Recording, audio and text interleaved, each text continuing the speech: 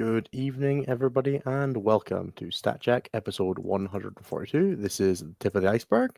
We're here to talk about all things Warhammer and lots of things that aren't Warhammer. Really, we're just going to mix it up. And, Anthony's still Middle Earth Strategy Battle Gaming through the podcast. Nathan's back in lovely Chicago. We've got the Stormtrooper in the background again. Really, there's just lots going on right now. It's obviously time for WC PsyOps and everything in between and all the stuff, wonderful things that come with that. So we are going to roll with the punches for a little bit. I hope everybody's doing well. I am Ennis. I'm joined by Nathan and Anthony this week. We are going to be chatting about Warhammer. It's not that complicated. Nathan, how you doing, my man? I'm doing great. I've been remaking my hobby space here in Chicago with the stuff that I had bought in Boston to make a new hobby space. So I've been getting rid of some old stuff, putting some new stuff in place so I can start painting, playing some games and things like that, which has been fun. I played the Tunnel Snakes Subterranean Assault list into Imperial Knights and got to laugh and cry as Tyrannifexes bounced off of armigers, and then be very amused as a Trigon Prime killed 2 armigers by himself, and then even more amused as a squad of zoanthropes managed to leave a lancer on exactly 1 wound. That strength 10 has never felt more relevant on that Trigon Prime. That Trigon Prime with freaking 12 attacks literally just went through armigers like they didn't exist. It was very funny. He did then die to a rapid fire battle cannon, but man dies to like a particularly aggressive meltagun if he's not careful. So. That's true. I've seen that happen. Well, the knight with the rapid fire battle cannon put both the battle cannon and the lance into him, and he subsequently exploded. Yeah. My opponent was like, "Do you have an invulnerable save?" I was like, "No, no, I do not." He's just a dude with flat 3 damage attacks doing what he does." I've seen that guy die to a mining laser exactly once. It was very stupid. He could do it. It was very funny watching my opponent be very depressed as Tyrannifexes got to use their 0 damage flip. Everything's fine. He was doing the same by passing 5-ups, right? It's basically the same rule. True. That was kind of about it. They did pass a lot of 6-up base saves from AP4 Melta going at them, which was amazing. Why weren't they in cover, Nathan? Look, man, sometimes you get a little too finicky on TPS. Has so many sticky outy bits. How are you not in cover, man? Just like its tail hangs like 3 inches off its base. Just clip a ruin. Get a rivet in the corner. I think true skill is just rolling 6s in us. I think it makes sense that Nathan doesn't get cover a lot, because cover in 10th is who's willing to argue about it more, and Nathan's a nice guy. So I feel like Nathan often doesn't have cover. My general question is, do you think this guy has cover? And then if my opponent says no, I'm like, that seems fine. And then I go on with my day. Yeah. I do the same thing, but I look a little after I ask them to give them the illusion that I'm going to say something. But yeah, it was fun. I managed to win that game because I got like a 40-point lead going into turn 5. And I was like, I don't think you can catch up to this. And my opponent agreed and we were done. Yeah, I don't think any challenger cards give you that many VP. No, fortunately not. It was kind of nice. But I've been tooling around with Eldar as well, since it seems like we're heading into a not quite towering meta with all the Chaos Knights running 6 bigs and all the Imperial Knights players talking about running 5 bigs and some immolators, basically. All I'm saying, with this much Titanic in the metagame, I'm rooting for the Iceberg. As always. Oh, that's a good joke. How long did you practice that one? It's in the name. It's like right above us. Fair. Damn it. It's been pre-planned a while. Son of a bitch. Damn. Other than that, I don't know. It's been a good time painting and hobbying and playing a lot more 40K. And so I'm enjoying that. It's good. Hell yeah, my dude. Anthony, how about yourself? You keeping well? How's the Rivendell? I'm doing pretty good. Playing singles for the first time since December this weekend.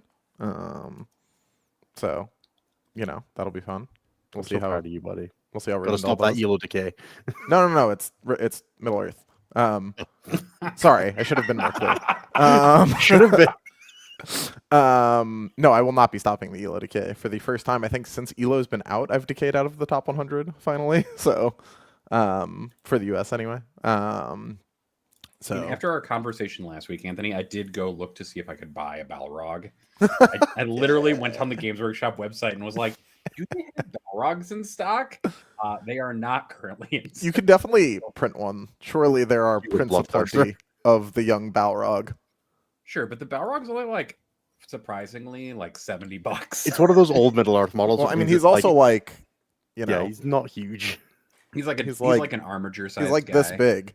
Yeah. He's It's not also big. like the Mumik is only like it's like £75 for the Mumikil still. They're not like super expensive because they're old GW models, Yeah, which means that like the Tyrannifex, who's for some reason like half the price of every other turret monster. right. That's true. It's like if it came out pre 2016, it's probably still reasonably cheap.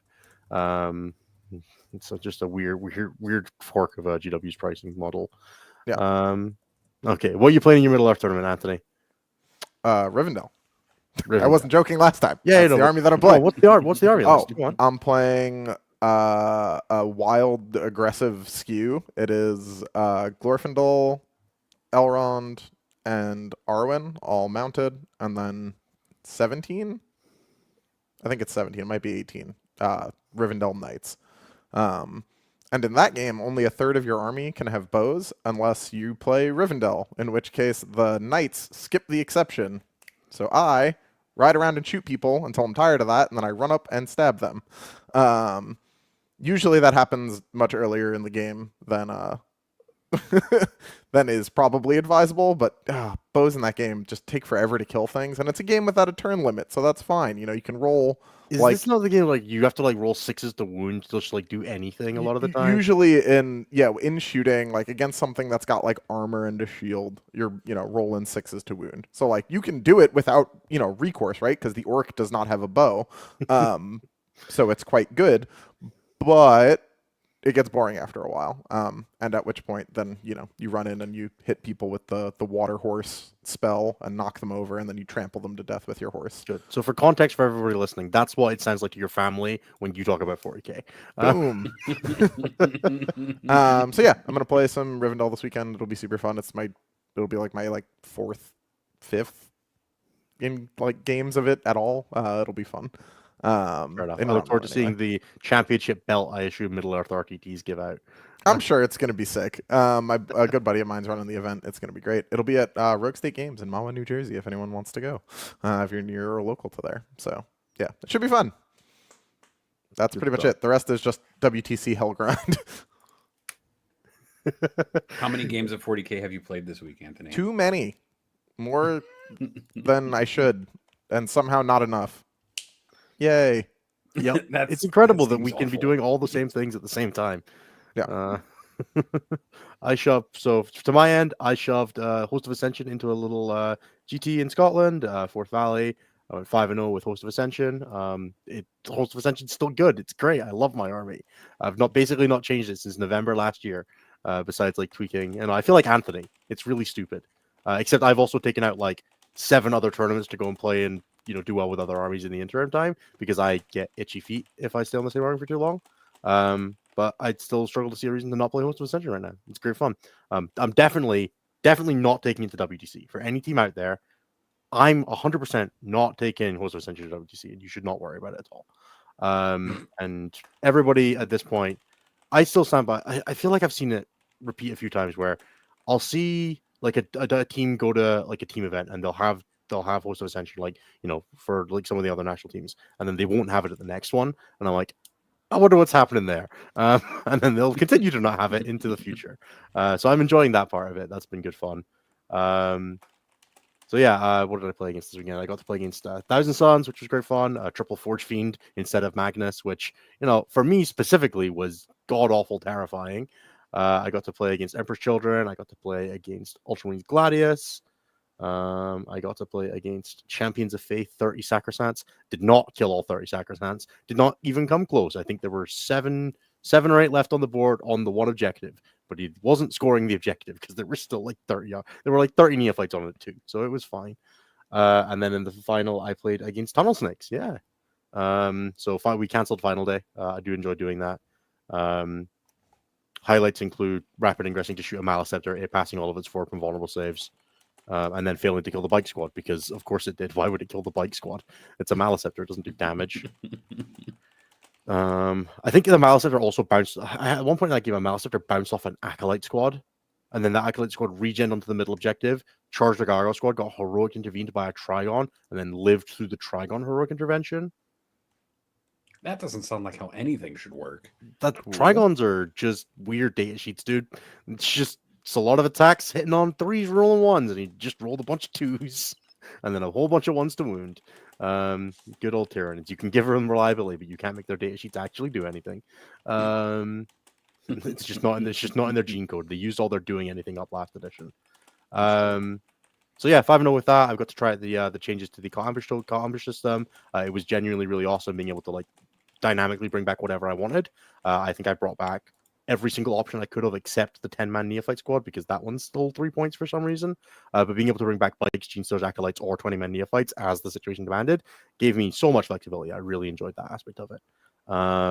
Yeah, for anybody wondering, there will not be ANS reports on this one because I played against 3 of my Team Scotland teammates, and I don't want to give away their secrets right now as much as I know that my secrets are pretty open and out there. I've played Host of Ascension a lot. Their secrets are safe with them. There will be a video this week coming out. I've decided on a topic. I just need to find the time to record it. So there will be the weekly schedule video. It just won't be on Monday this week because Monday was yesterday and there wasn't a video. So, simple as. Yeah, outside of that, what have I done? I painted so much last week. I think I painted 36 Neophytes because I just redid all my special weapons. I painted 12 of each special weapon. So grenade launchers, webers, and flamers. I painted 10 bikes because I needed the mining lasers. And I painted 12 Noise Marines and a Lord Exaltant to lend to Bruce. And I think I painted up some Blood Angel stuff as well. God, too much painting. I hate painting that much in a week.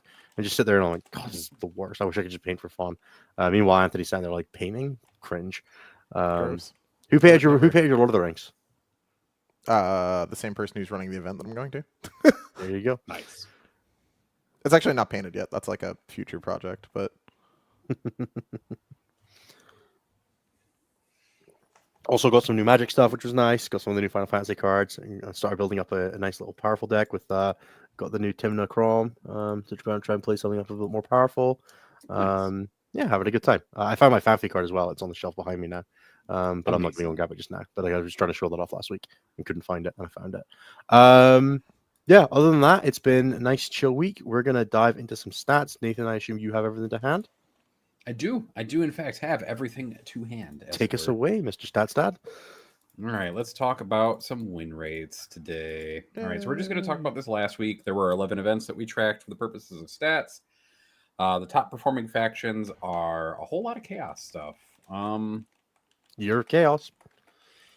Honestly, it's starting to get there. So number 1 by win rate is Thousand Suns, 27 players, 4.8% of the meta, 59% win rate. No event wins, but 3 top 4s, 6 top 10s, and a 1.43 for overrep.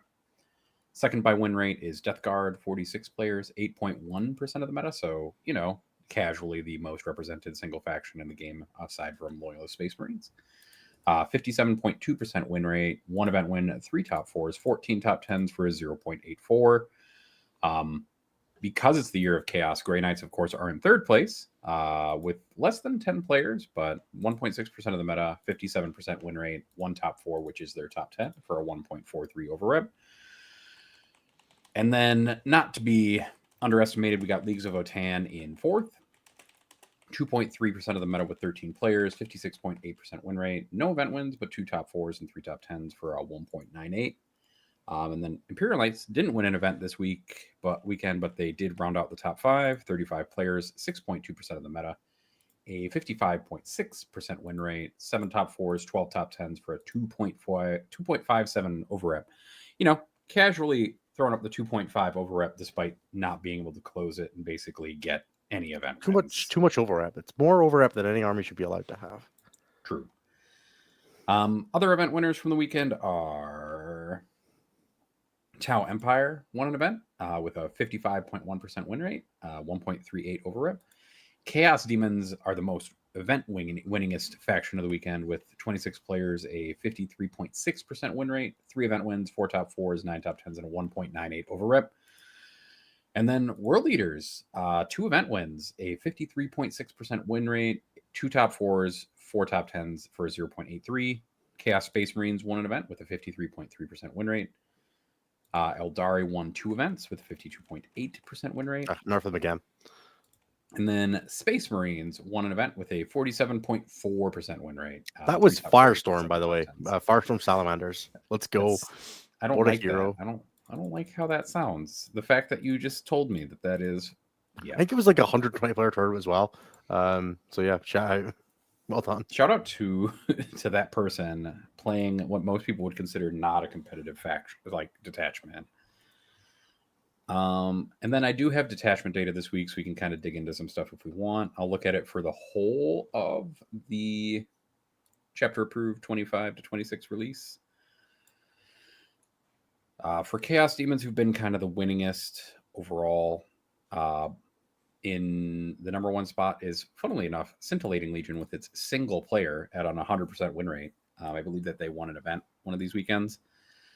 But the most popular factions are Demonic Incursion, which has 26 players out of 63 with a 57.6% win rate. And then Shadow Legion just behind it at 24 players and a 45.7% win rate.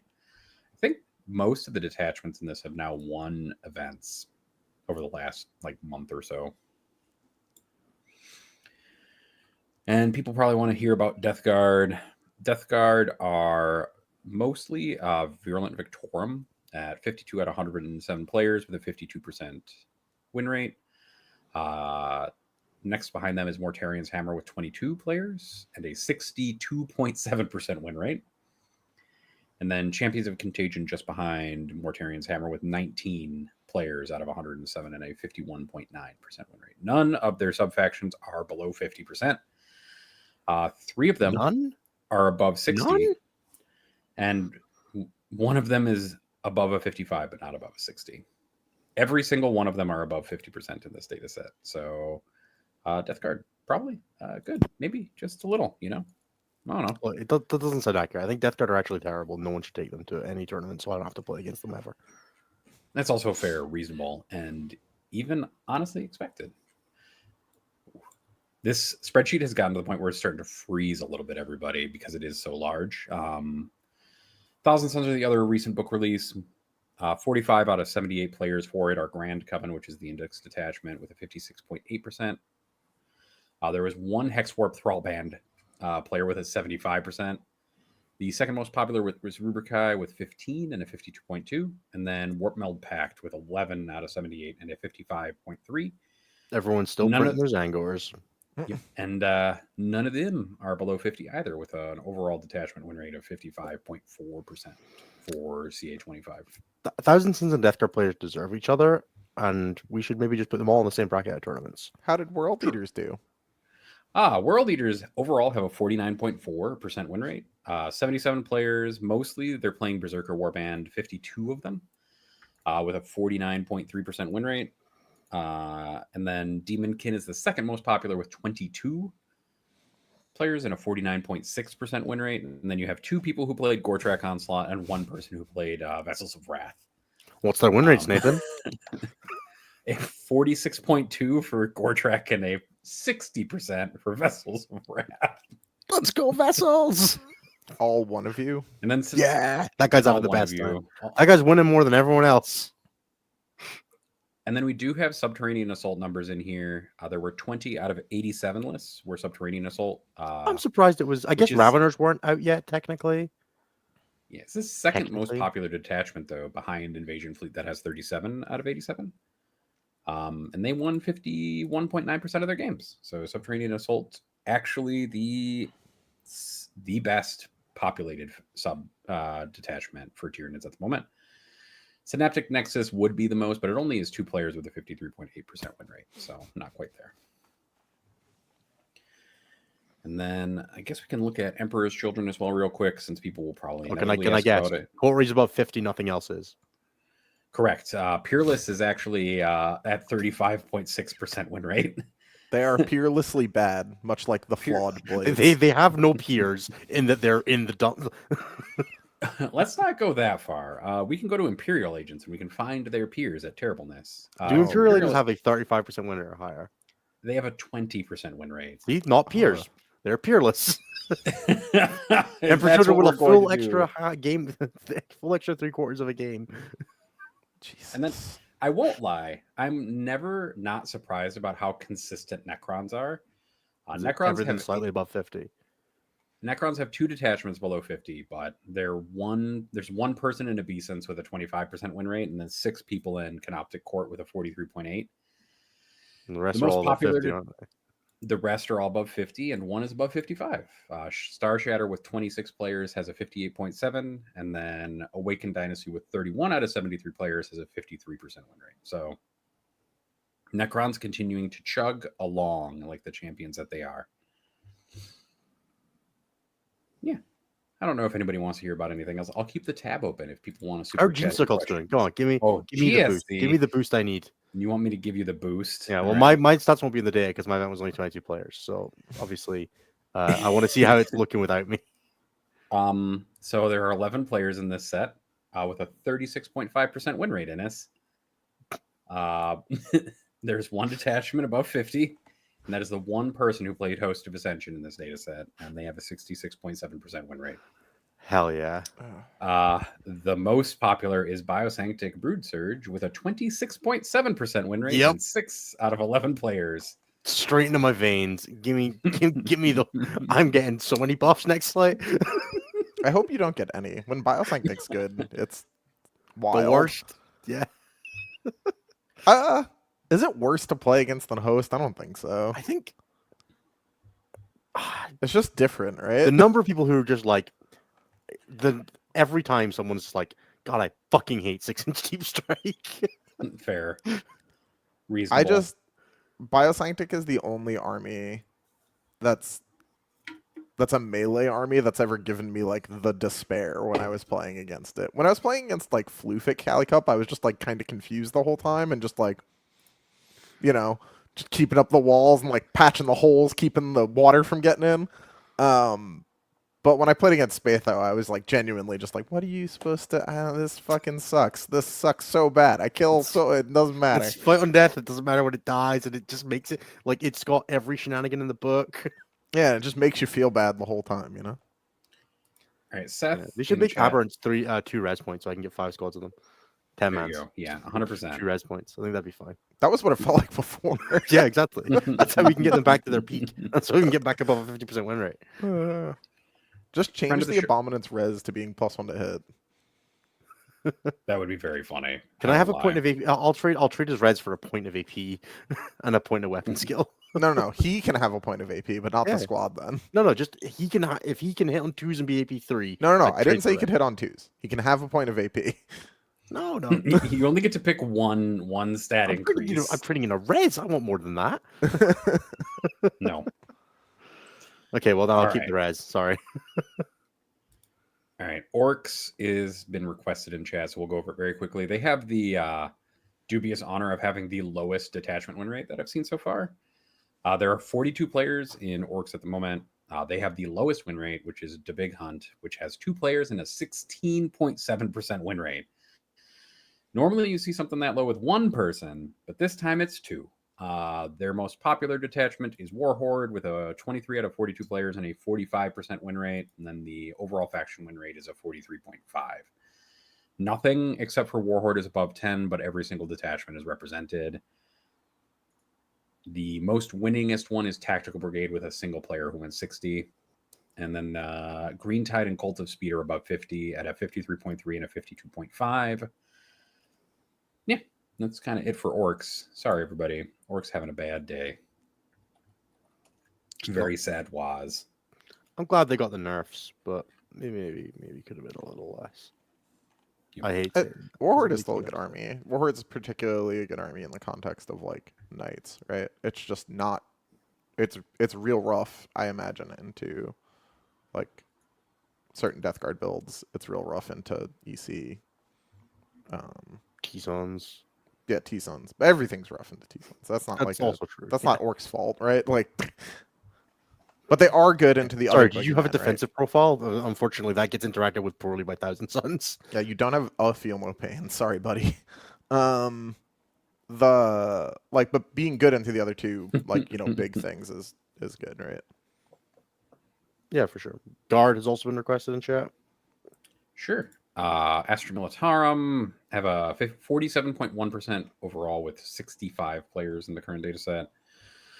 39 of that 65 is playing combined arms with a 43.8% win rate. Hammer of the Emperor is in second with 18 players and a 49% win rate.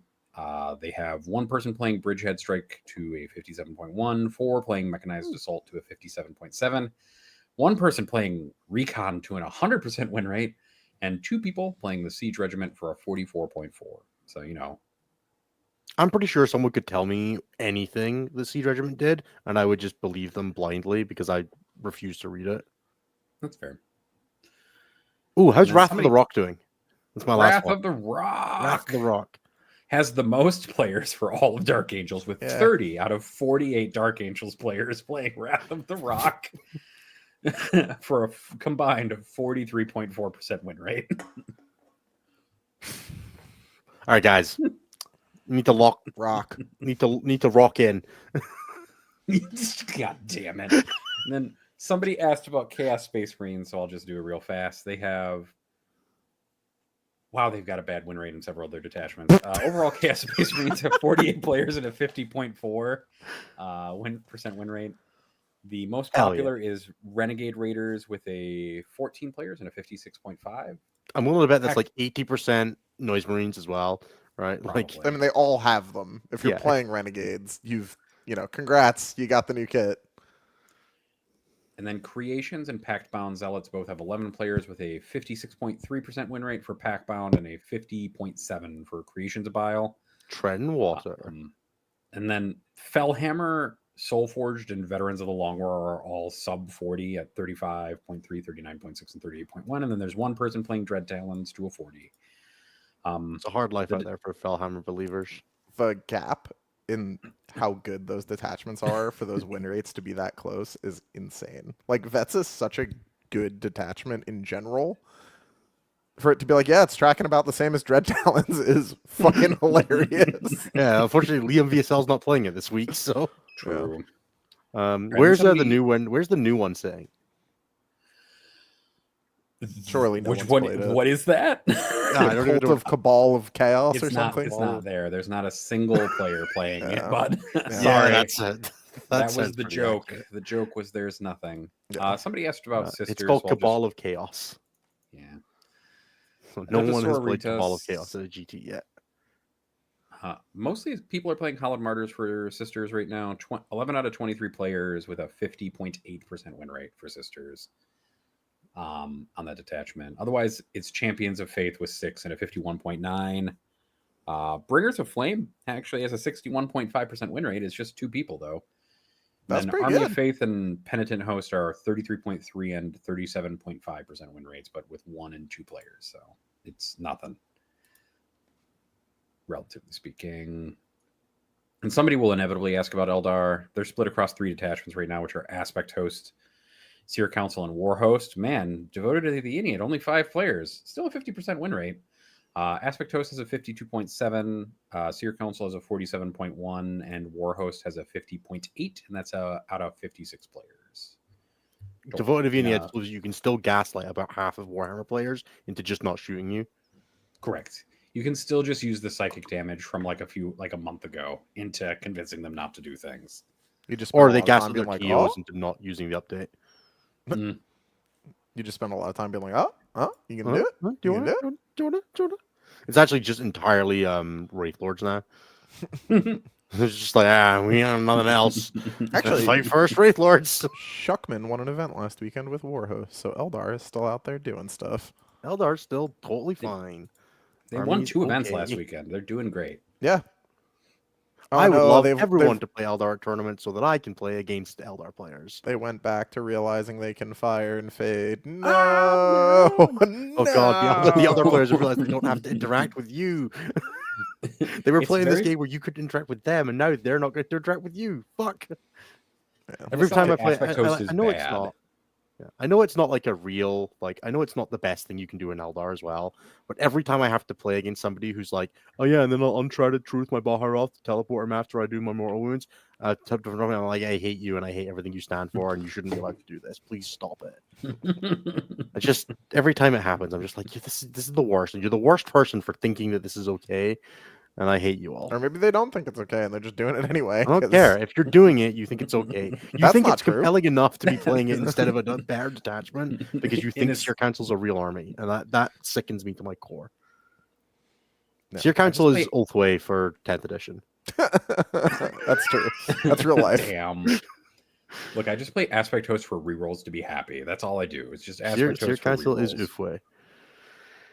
Ulthway. That's it for stats, unless somebody has a specific question that they want to ask right now. No, I think we should definitely someone should play Cabal of Chaos at GT. If someone can go positive with Cabal of Chaos at GT, we'll shout you out on the show. Put it in as long as you ping me. You have the to do it specifically. Anthony gets paid to do an event thing again. That'll be the new. And then just so everybody knows, because I know people love the dashboard is now fully up to date as well. John, we don't have the ability to do datasheet breakdowns, so we have no idea how well the line is doing. You would need to go and manually look at all the Dark Angels list yourself, because we don't have any datasheet tracking, unfortunately. It's just not something that we're able to do with our current access to BCP. It's just not a thing BCP provides. All right, should we talk about the big thing that changed in the last week? Yeah, let's do it. And Pickles. Hello, Pickles. Hello, Pickles. She just woke up. She looks desperate. Pickles is about the size of the things that changed last week. Why did Imperial Knights? Why Imperial Knights? So for anyone who doesn't know, the Imperial Knights Index got a stealth update last week to basically bring it in line with the Chaos Knight changes for some reason, which broadly commensurated along the lines of all the big knights lost a point of toughness, gained 3 or 4 wounds, and dropped 70 to 100 points. Yep. On just like across all of them. Including fine, dude. Canis Rex and the Lancer and the Atropos and all that stuff. And I, for one, don't like that. Because I think that the Imperial Knight rules might be a little better than the Chaos Knight rules for big knights. There's a small difference between Squire's Duty and all these war dogs get kind of sustained. And just like a general difference between like the army rule stuff, right? You can have a 6-up feel no pain and a reroll to hit and wound, and if your opponent's warlord ever dies, in a metagame where like there are a decent number of warlords that don't have a choice but to go and die. Also, we're playing Warhammer, so like 50% of the field, if not more, did not even vaguely pay attention to which model they marked as the warlord before they came to this event. Oh yeah, 100%. The only way that you can tell if your opponent's marked the warlord is if they need it for a CP, or if they still think they're playing secret missions, they've not changed their list. That's the box that Anthony probably falls into. Like he marked it as that on the first version of his list when he was playing secret missions. He's not changed it. Whoa! I I'm have kidding. to mark my warlord as the same guy every game, and when I was playing World Leaders, exactly. And now it's vile because it fits the narrative. And then people who put it on the one lone operative that's going to dry hump their home objective, which is why it's on my Reductor Saboteur. Because she's going to live back there against knights. But, you know, sometimes you get to play against people who've got, like, Mortarion or something. Or Gulliman, or, you know, a unit that has to go forward. And you're just like, oh, wow, cool, I get 3 CP because that guy died. Sorry. And that's about as good as conditional stealth, right? Do you get the CP ever against Ultramarines? Does that CP ever see the light of day against Ultras? Or do they just go like, 2 oaths, be gone, 2 oaths, be gone? Your army appears to have evaporated in 2 turns. I don't know what happened. In principle, I could see a world where they got it, right? Like, maybe you're playing Quest or Forge Pact and you overwatch the guy, right? Like, it could happen. I like how he picked immediately the one army that was going to be like least affected by it. Yeah, he was like, Gilliman. Anyway, sometimes I send sometimes you wound against. Sometimes you send Gulliman in to go and do something, and you're like, no, this also gives my opponent's army a 4-up feel no pain, a 5-up feel no pain. You like, you know, but then you kill him through it. Who cares? Ultras, wee. Hey, ultras are stupid. We get that, right? It's fun, but why did Knights need these changes? Because GW did not want them to be toughness wrong. Knights had a 56% win rate. Is there any world where you don't think these are objectively buffs? Oh no, they definitely got buffed. Okay, Obviously they were cool. buffed, right? And they were at a 56% win rate before the buffs, right, Nathan?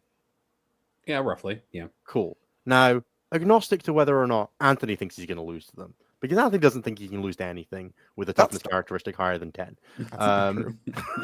Magnus is T11, and that guy whoops my ass once a week. Okay, fair. Anthony doesn't think he can lose to armies that purely provide stat checks, because Anthony brings armies that do that. That don't Not do everybody's that, yeah. Anthony. There are a lot of people out there. I would describe it as most people aren't you. Would you agree with that? I think I can get on board with the point that most people aren't me. That seems true. Cool. I'm just That setting seems some true, foundational yes. ground rules for this argument because I know the angle that you can come into these things from sometimes. I don't know what you're talking about, dude. I'm a delight. I mean, that is true, Anthony. So, you are a delight. Can I ask Anthony what you Mhm. think the implications of the night changes are going to be for the broader tournament experience? What I think the implications of the changes are going to be? Oh, dude, I'm working on being more positive on the show, and you I know want you me to give my opinion of what these books do to the singles meta? Yes. Come on, man. That's exactly what I'm here for. If this I is can't do this it is because someone's asleep entrapment, above me. chat, comments, people in the future listening to this, just know that I didn't do this. This was started someone else. I think that it's not great, right? We talked about this a bit when like the CK stuff happened and we were talking about like the WTC meta, right? When it was just me and you on the show that day. And Vic made the very astute point that it is even worse in singles play, right? It is, you have to build for it, right? You can't just be like, oh, it won't happen, because it's going to happen, and it's going to happen to you, and then you're going to be like, fuck, when it does, and that's bad. And there's no real, like, way around that, right? It just kind of is what it is. It's just hell meta. Yeah, I mean, it's one of those things, right? You're either, you've either built for it or haven't. And, what building for that looks like changes from faction to faction, right? Some are able to do it more easily than others. Some catch strays from people building for it, right? Like big demons, Not huge fans of there being a surge of people being like, oh, we have to have anti-tank. That shit sucks.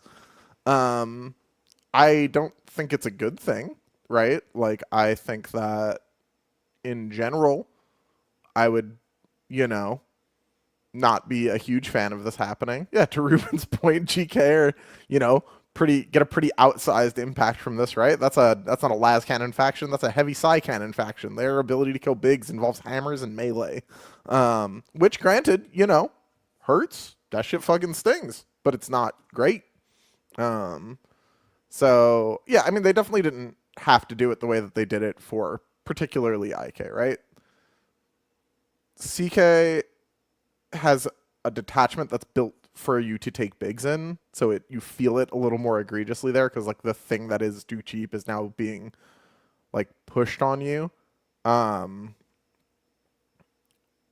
You just have to. It is what it is. A bunch of armies and detachments, not so much armies, a bunch of detachments, kind of just like lose viability because of this change, because there's going to be 2 armies like this now. Yeah, I think you said it quite well on the show last week, right? Like, you can play all the Renegade Raiders clever trading pieces you want to play with your 5-man Legionnaires. It's probably not going to get over the line against Chaos and Imperial Knights, man. No, Maybe it turn won't. something with a bit more damage. Yeah, you just have to, and like, Renegades have some tools for it, right? Like the Knights are probably going to be stood on the objectives. As long as you're coming out of a transport, Renegade Raiders are pretty big fans of shit that stands on objectives. That's pretty cool. Is it perfect? No. Is it, better than the alternative? Yeah. But, we're talking about a pretty low bar, right? We're talking about like, better is like not getting destroyed on 1, I guess, is the metric we're looking at now. Yeah, if your army can't broadly kill 3 big knights per 2 turns, you're gonna really struggle in the current metagame, right? I think you I would go even farther than that. I would say if you can't drop 3 in a go, you need the ability where if someone fronts you with 3 to drop 3, and you need to do it with some level of confidence. If you can't do that, fucking back to list design, soldier. Good luck. Try again. Yeah. I think there's probably a world where drop 3 can be conditional, right? Like you could be, hey, can you drop 2 and heavily restrict the rest? Is another or just like alternative. tag, touch, delay. Yeah, right. exactly. Like, can you deal with 3 is probably a better way to say it, rather than necessarily drop, because some armies just aren't going to do that. But Yep. it's very much a case of if you can't, you must be this tall to ride. How deeply cursed is a nightmare game going to be right now? I mean, it depends on which variants you take, right? That's going to be most of it. Is Hoops, I brought lancers and atroposses, and you brought abominants. Sorry, buddy. Weirdly, the atropos is not very good always into. It's real swingy hours, isn't it? It's a lot of. I got all these bonuses against Titanic stuff. Yeah, maybe it'll work. I've still not got a ton of shots. Yeah. I think the biggest thing is that, like, all I'm seeing from Imperial Knights are essentially bodies that have invulnerable saves in all phases now for Imperial Knights, when historically their weakness has been, if you can at least get into melee contact with most knights outside of the Lancer, you'll get Canis that way. Carve that knight. Fight on death. Yeah, he'll fight on death, but you can carve most other knights in half. If you can get them into melee combat because they don't get saves anymore. Canis now, though, is like 380 points, which is, what if I need an anti-knight tech piece? I'll just shove Canis into my army for a lot of armies in the Imperial faction. And you still have, like, you can take 3 Atroposes after him, or 2 Atroposes and a Lancer. Canis Wrath of the Rock. That's what I've been missing. Yeah, Wrath of the, I don't know. Someone's going to charge my Canis Rex. I wrap it against the lion behind him. I'm like, all right, then, boy, let's have a go. But, like, I can fit 4 big knights and then, like, a Sisters of Battle Squad, 2 Immolators, and a Calidus Assassin into an army. And that feels like I can do too many things at the same time with that army. Yeah, I mean, look, it's too cheap for sure. Again, like in the space of me trying to be positive, right? Like, you need to. It's here now. It's too late. It's fucked. It's already fucked. Like, it is what it is. Now, the only thing that you can do is be solution minded. And, there are things that answer these things in many armies. Like in 40K, broadly, the system that we play does not do a good job of portraying toughness well generally, right? The D6 bounded kind of system doesn't, like, shit's not, like, actually that tough. What knights are too cheap, so there are too many of them, which is annoying, but they're essentially big wound sacks that you can just blast, right? And if you have profiles that can do that, access to lethal hits, things that do a lot of damage, you can get over that line, right? Will you necessarily get over that line? Maybe. Not always. Feeling the pains and invulns are scammy. If they take a bunch of bigs, bring it down and assassinate, starts to look pretty real. At which point you start to generate a lot of challenger cards in the early game, because your ass is going to be down probably. Maybe this is what challenger games were made for, was to let us all play fixed against big knight armies. I hope not, but, I do also kind of generally agree that, like, CK is, like, a little bit easier to deal with than IK is, because IK is for way some armies. So for some armies, not every army. There's a lot of armies that don't interact well with 5OC sticky. That is true. 5OC sticky is perhaps a mistake. They both bring. I think the most interesting thing about it is they both bring different kinds of you must be this tall to ride as well. Where, like, Imperial Knights broadly, damage 2 melee is pretty good against them. Chaos Knights, it ain't fucking shit against Chaos Knights. So it's a very, very volatile. Like, the answers to one are not necessarily the same as the answers to the others. So yeah, I think it's going to be very interesting. Chaos Knights have a lot more sort of variability in their datasheet answers as well, right? Like, there's a lot more options available to Chaos Knights because they have all of the ones except Canis Rex that Imperial have, but they've also got, like, the double melted. They've also got the double despoiler. They've got lots more War Dog options. They've got the Abominant, right? They have a decent spread more of tools to answer specific things. So if there are things that are very good into them that you're seeing commonly, I think Chaos Knights maybe have more ability to adapt to that. But it remains to be seen exactly. Is it worth taking Brigade and Assassinate if they only have 4 big knights? Yes. Yes, yes, it is. Because you will still get 24 on Bring It Down, and you will only get 16 on Assassinate. Damn, what a shame. Yeah, and then like for CK, we're seeing a lot of people taking Lords of Dread, which has that -1 damage stratagem in it, right? And so that's then three triple abominant, and then like more knights, and then some people are taking Rodigus so that you can never take any sticky objective, no matter what happens, basically.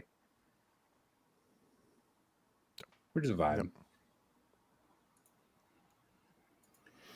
I don't know. That's why I put 20 fire dragons into my Eldar Aspectos. Good choice. I put all these shotguns on my Genestealer Colossus and was like, yeah, we're going hunting. So, you know, it's a really tough meta game. Sure. Yeah. Is it only 20? I mean, you can score. It's 6 points per big knight on Bring It Down, Curie. It's 18 or 24, right? So it's up to 20. Come on. What do we? Yeah. But yeah, you have to. It'll also come down to like looking at your meta just like a little bit. Does your meta have like a ton of Imperial Knights and Chaos Knights players? You can't do that for Super Mages. If you're going to a Super Major, Your you meta just always probably count on does, that by the happening. way. Yeah. I think mean, if it didn't before, it does now. Yeah. I And, know like- it capped Jeremy, but there was 24 points available. Shut up. Honestly. I think we're talking about the same thing in two different directions with Jeremy and chat. But I don't know. I really want to see kind of what starts to happen with singles and where the data starts to go now that CK will be out in force in the data set, because there was at least one event that had it out in this previous week, even though it came out on Saturday. Sure. And the Chaos Knight was one person playing Lords of Dread with a 40% win rate on that person. I don't know. That doesn't tell me You're anything. ruining my narrative. True. Ruining the narrative immediately. Someone asked another question in the chat that I think is a good one. Okay. What's your over-under for knight armies combined at WTC? So there are 42 teams, which means that there could be up to 84 knight armies at WTC. What's your over-under? 40. You taking the over or the under? Under. Under 40? Yep. Cool. I'm going to take under 63. Okay, well that God. feels like you just... Damn, son. 1.5 times is what I'm assuming. Okay, I feel like you're probably going to manage people. that one. Under 63? I mean, I yeah, wouldn't dude, be surprised if it was over, though. I would not be surprised if it was over. Oof. Oh, no. Whatever Ben in chat is saying is correct. Every time I've seen Ben bet on numbers, he hits it like to the T. We're all, and most Vegas casinos are lucky that this man has chosen IT as his path and not gambling. All right, guys, give me your predictions in chat. Over under on Imperial Knight and Chaos Knight armies. So I will notably say that this will not include armies that ally in knights in any capacity. It's only pure Chaos and Imperial Knight armies. So no factions that take no Rodigus allied and then Canis Rex, no demons? allied triple War Dogs or Brigands, anything like that. Over unders. Give me your best answers. YouTube chat, get involved on this as well. We'll refer I'm gonna back say to this over 63. Fuck it. We're gonna bet Over- over 1.5 times. That's what we're gonna do. We've got what have we got in chat? Over We've got an 63. over 50, under 70 from Curie. Ben says over 40 is a lock. Under 55 from Angron. Jacob Black says over 50. St. Nuke says 50 plus. Lilithara over 50. Australis Tabletop Wargaming says over 50, under 60. Over 42 for Tom. Under 55 for Angron again. 69 for Davlos. I think I'd stand by that one. Under 84. Damn, you nailed it. You also put absolutely nothing out on a limb there. Congratulations. I reckon it'll be more than 2. For the I reckon it'll be more than 2, but less than 75.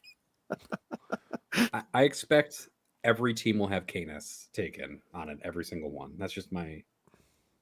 I would put the over under on Canis at like 30. Yeah, because even allied is Canis. There'll be a decent number of no Canises. I think there's a decent chance you could see a team that just like doesn't have any Imperial armies except like one, which is just like Space Marines, and they're just like, yeah, we just didn't have any army to put Canis in. I mean, that wouldn't be that surprising. Yeah, no, I don't think it would be crazy at all. Okay, to finish up with another couple of ones. Over under on Space Marines. 42 teams? There was no 100% last year. No, I'm saying like there are 42 teams. Yeah, 42 teams. 39. Under or over? I'm gonna say 41. I reckon one team will snowflake themselves out of it. I'll take over 35. Okay, Death Guard. 100%. 21. 42. Every team's taking one. I think 41. Thousand Suns. 16. 38. 38. Yeah, I think there'll be like 4 teams that just can't get a player. That just can't figure it. Can't put it It's together. just like their one guy just played like the first 6 games they played, they just got rocked because they couldn't figure it out. And they're just like, no, we're Fuck not putting this. this. Yeah. We're not putting the effort in. What's the rest of them? We've got keep coming in for the low end. Imperial Agents. None. Just like actual 0. I think so too. Yeah, excluding allies, of course. Nathan, you're muted. Excluding allies, 0.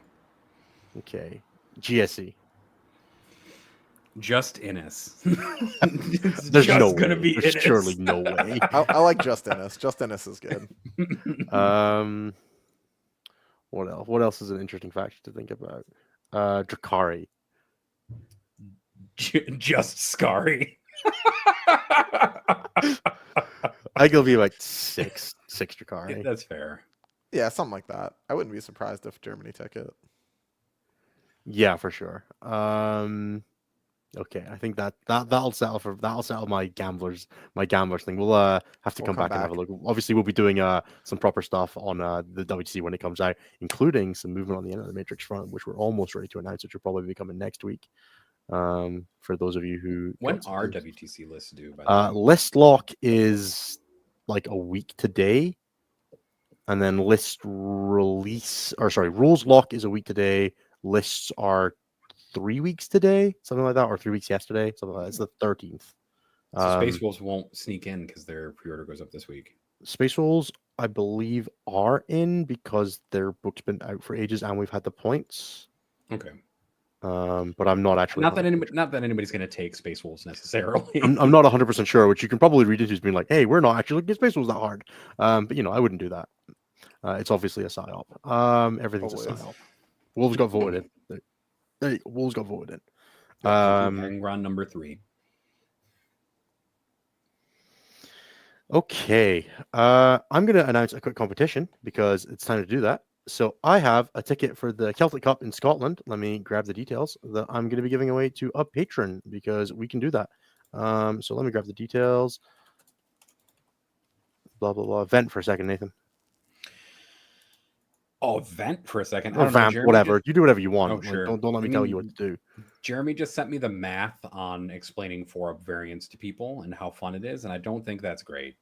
It makes me a in little fact, mad, think that it's terrible. It makes me a little mad when I look at the graph because Knights are silly. Ben Jurek asks for $2, the over-under on World Eaters at WTC from the hosts. I'm going to say over 6. I reckon at least 8. I think people like World Eaters. 20% seems reasonable. I think like 10 probably show up. I think people will probably gaslight themselves into it a little bit. That wouldn't be too surprising to me. Yeah. Maybe exactly 8 just to hit Korn's number, I mean, that'd be tight. Right. Let's see. Yeah, but we also have updated the ELO for people who love their online ranking points. The ELO is now fully up to date through this week. And then what else? We are currently doing for Pride Month we are donating to 3 different GLBTQ based charities. So we'll be taking all the super chat money, all the YouTube ad revenue, and then all of our Patreon revenue from the month of June, and we will be donating it to 3 different charities. That will be Mermaids, based out of the UK, Rainbow Railroad, which is based out of North America, primarily in Canada, and the Prism Foundation, which is based out of the United States and is in Chicago. Awesome. So all your super chats, all YouTube ad revenue, and then also all the Patreon funds from this month. So please send your donations so we can support great charities and make sure that they are fully supported in kind of an odd and very precipitous time in our lives. All right. And in aid of that, I'm announcing the competition for the month or for Celtic Cup. So it's a GT. It's a super major in Scotland. Saturday the 22nd and Sunday 23rd of November. All you need to do is I will make a channel in the Patreon Discord, so you can find that by going to patreon.com/statcheck or using the YouTube membership program in the description below. And $5 a month gets you access to the Patreon Discord and all that stuff, and you'll be able to enter the competition. And all you have to do is comment there that you'd like to enter, and we'll randomly draw one probably the week after next. To give everyone a chance to get in, and it's just it gives us a bit of a drive towards raising some money towards this. And if anyone wants to visit Scotland, or is in Scotland or in the UK in general, Glasgow is really easy to get to. Definitely recommend it, and you'll be able to see us there, or at least me. So yeah, please do check it out. It'd be great to have you guys there. And thank you to the Celtic Cup for offering us the ticket. Yeah, I'll also be running a class there on the Friday night, which is generally pretty fun. I'll probably chuck in a ticket to that as well. Actually, it seems easy enough. Yeah, now I get to do the plugs, but I just did some of the plugs, so I'm going to speed run them. Thank you to everybody for watching the show so far. If you're 55 minutes in, you're probably enjoying it enough to chuck us a like or a comment, all that good stuff. It really does help us out with discoverability and gives us a chance to interact with you and see what you guys are liking or not liking. If you'd like to subscribe as well, get notifications for when we go live and all that sort of stuff. Please do check it out. Sometimes blah blah blah, YouTube algorithm, blah blah blah. I don't care. Please and thank you to all of our sponsors in the descriptions. That's Saltar Games, Wayland-Yutani, J15 Games, and Red Dragon. You can find all the links in the description below. You can also, if you're a member of the Patreon or YouTube membership program, you can get an extra discount code to the Red Dragon. Thank you to all of them for sponsoring us. You can find all the links in the description below, as well as descriptions of what they do. But broadly, if you're looking for terrain, widgets, models, all that kind of stuff, do go for that. Oh yeah, tickets are non-transferable, blah blah blah, no cash equivalent, blah blah blah. I don't know how to do these things. I'm just chucking it, just making sure. I lost track. There are other podcasts on our network. You can find them all at youtube.com/statcheck. If you want to hear from ourselves, End of the Matrix, Take All Comers, Champions of 40K, or back episodes of X1, you can find that at youtube.com/statcheck. You can also find us live every Tuesday at 6 p.m. Eastern, 11 p.m. UK for the live show. If you want to interact with us live, ask us questions, throw us money, all those things, especially the last one. We really do appreciate the last one. Do check that out. And if you'd like to get help from any of our coaches, you can check out stat-check.com/coaching, drop us a message, or use the website, or you can send us an email at coaching@stat-check.com. Do I have anything else right now? Not done a video yet this week. No one's been promoting anything. No one's been on anything. We have some news coming with End of the Matrix soon, so keep an eye out for that. We're going to be transitioning to some new hosts, I believe. So we'll have full announcement on that next week. We're going to make them record a promo and everything. It's going to be truly dire in true Statcheck fashion. But we are very excited to bring. So if you want to speculate about who's taking over End of the Matrix, please do so in the comments. We love a nice bit, a little bit of drip feed. Otherwise, I think we're going to move on to show questions. So, as always, there are two ways to get your question answered on the show. One is to leave a super chat on the YouTube live stream. The other is to be a member of our Patreon Discord and leave a question in the show questions thread. There is a secret third way, which is you just ask a really good question, but we can't guarantee any success on that one. Sometimes it works. Sometimes it works. Sometimes we ignore your questions because we have time limits, and I got to go to bed at some point. It's already almost midnight. Nathan, do you want to start us off? And thank you, before we do, to Zachary Bell for the $20 for Shride support. Much appreciated. That is the only super chat, so I'm just going to unstar it so I don't forget. All right. As Anna said, all the questions will be in a thread that is in the Patreon Discord. Those are typically all that we go through because there are 28 messages in there, which is a bunch, and it takes up most of our time. If you super chat, I guarantee that we will get it answered. I promise. Or at least unless your question sucks. If your question is terrible or we've already covered it, we'll probably just tell you to go back to the part where we've covered it. In a gentle and kind way, I promise. Lucas E has the first question, which is, what factions would you like to see new detachments for next slate? Who haven't we seen get anything in a while? Jesse. Shut up. I think it would be good to see AdMech get another new detachment. Maybe a detachment that's finally good. Again? Yeah. Look, eventually they're going to get a good detachment out of the deal. Oh, God. No, I think Guard's all right. They've basically got all the things that they need. Blood Angels. Maybe World Eaters should get a new detachment. Stop. Just World Eaters need different things to change for them. I think base Space Marines could use Gladius too. That's just like updated with new like design power, like sticky five and stuff like that, just like as a Oh my stratagem. god, You know it'd be Innes, get sticky out 10. of here. It'd be like there was Sticky intercession. Like five. we should their fight on death could probably be 1 CP automatic. The like all the doctrine stuff should just be like use it whenever you want. It Enough. should be like turn restricted. They don't need All like right, all we're those bonus moving- effects should just be always on. AOC should go back to just for the phase. We are moving I on think to the next Gladius question. needs the help, right? Marines are No, terrible. Right we're now. What's going on- Marines win rate at, Nathan? Shut up. We're not talking about this anymore. We're going on to the next question, which is from Tom Pang, formerly Crayford. Sorry. Where would CSM players be looking for anti-night damage? Rolling out of a chosen brick isn't feeling like it, in quotations, at all, for example. The lethal hits part of your Dark Pact army rule is helpful. It's not perfect, but CSM is funny because they can have their damage be just, the moon, right? It can be completely insane if they decide that's what they're doing. CSM is one of those armies that can like really build to fuck knights if they want, but CSM is also one of those armies that when it does that is like, 5 Eldar models, fuck. So if you're just like hardcore CSM person and like you're playing on a team or something, they really want you to be the Knight's Answer, or they want you to just like KO fucking big stuff, then bust out the old pack-bound Nurgle Vindicator, the humble more hits than shots Vindicator will get that job get your done. Hellbrutes out, get your 17 wounds done. Yeah, just send that nerd to the sun. But sometimes you fail your packs and that shit sucks. So don't do that.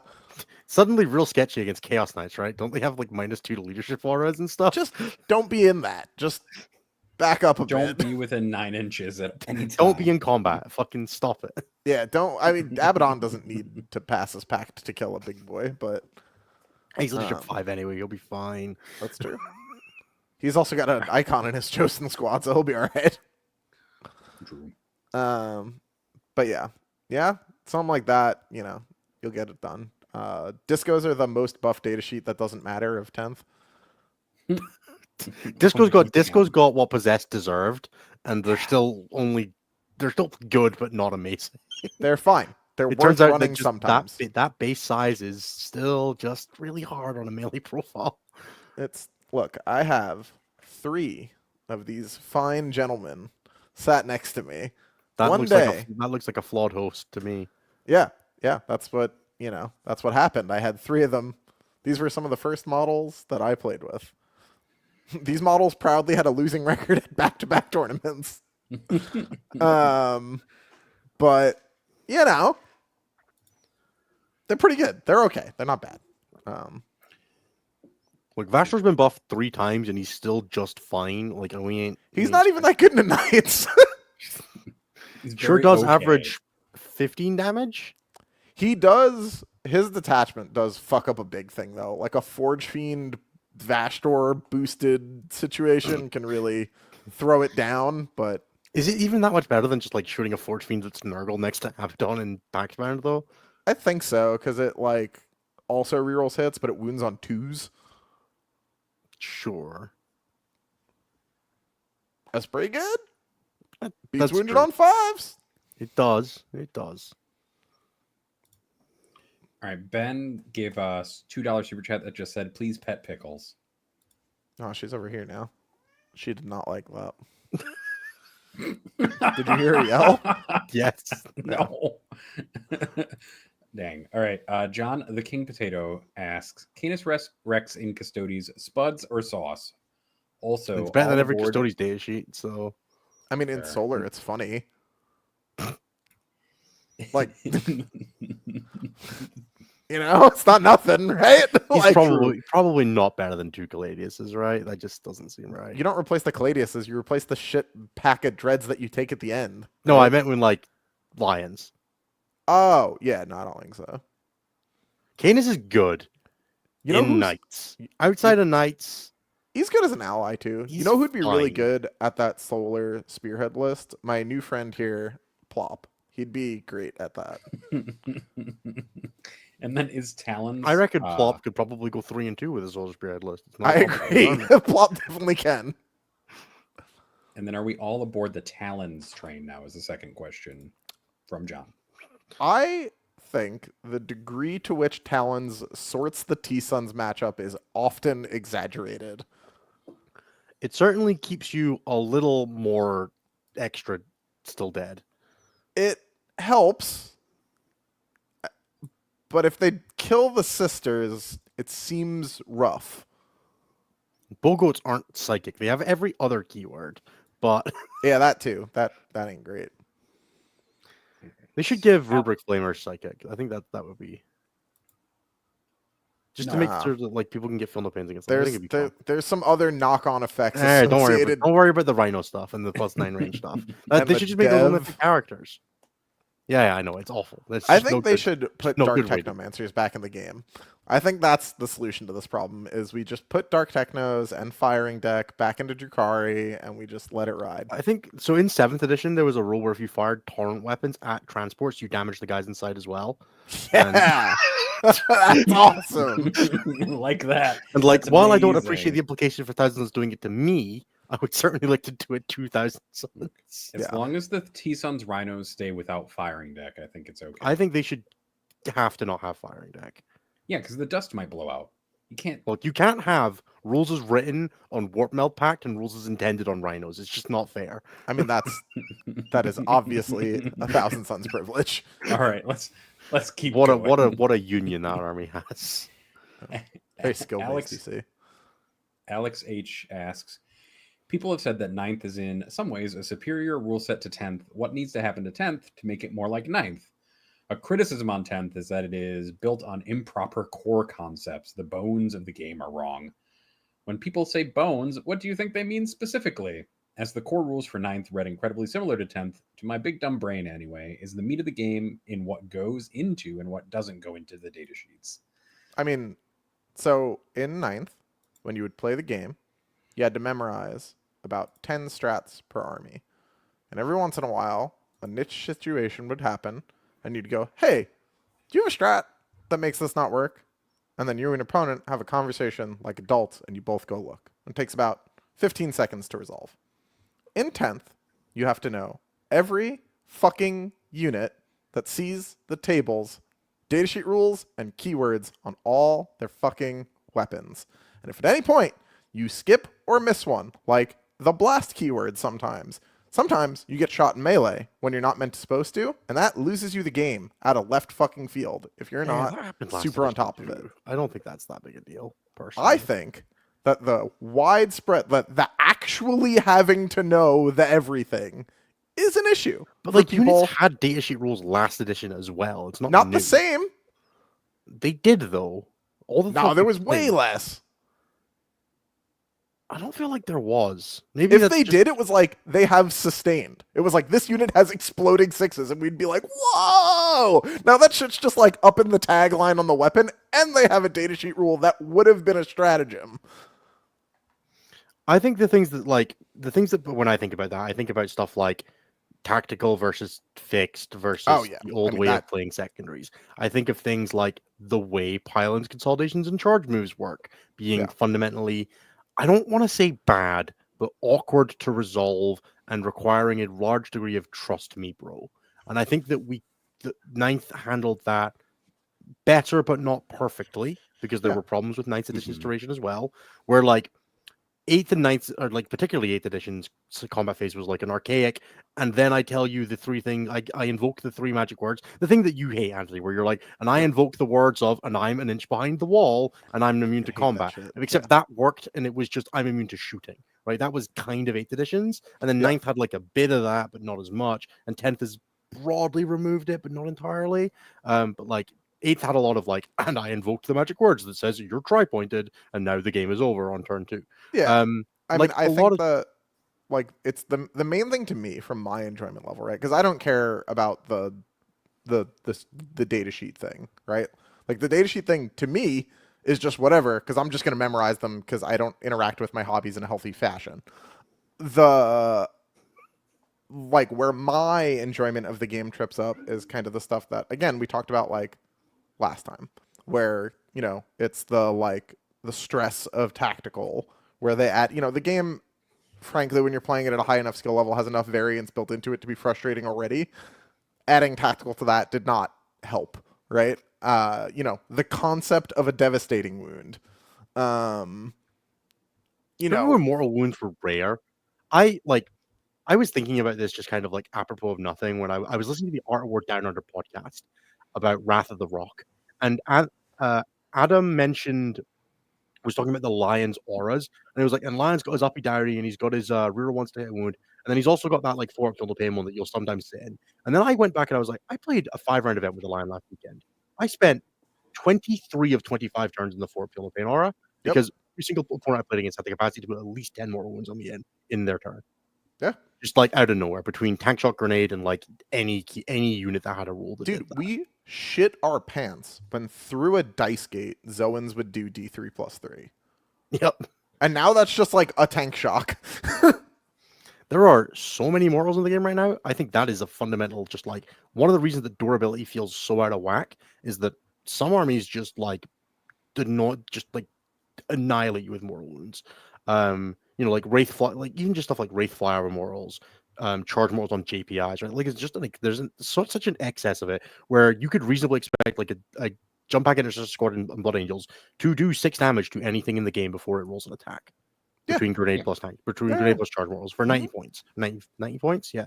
And it's just like accepted and okay. And like broadly, I don't want to say it's not overpowered. It's powerful, but it creates a very weird like foundation for the game where durability feels incredibly fake until it's overwhelming, especially if it doesn't involve feel no pains. Durability that doesn't involve feel no pains is basically not real, right? Yeah, it's the like Avatar of Cain is my usual example for this, right? In Index 10th, even like through later parts of the edition, not even just like in the launch, but the Avatar of Cain was particularly at that WTC functionally immune to conventional damage, right? Yep. T12, -1 to wound, as many miracle dice as you felt like throwing at it. It was not going to take conventional damage. However, the Avatar of Cain, at the time, broadly, didn't even see that much play because Avatar of Cain Dev was is fine. Yeah. so fucking common that it would just die, and it didn't matter. The line at that point in the game was 2 up armor, 3 up invul, 4 up feeling against mortal wounds, -1 to wound flat, Didn't matter. and fight first. Yeah, unusable. Yeah.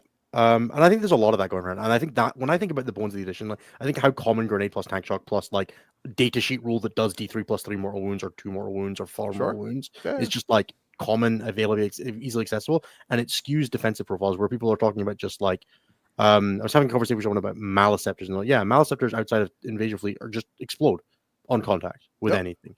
And it's like, yeah, and they're still pretty good. But Well, I mean, like, the easiest example of this, like, from my perspective, is Eaters, right? Eaters in 9th. Like, you had access to an army-wide 6-up, but it was just a 6-up, right?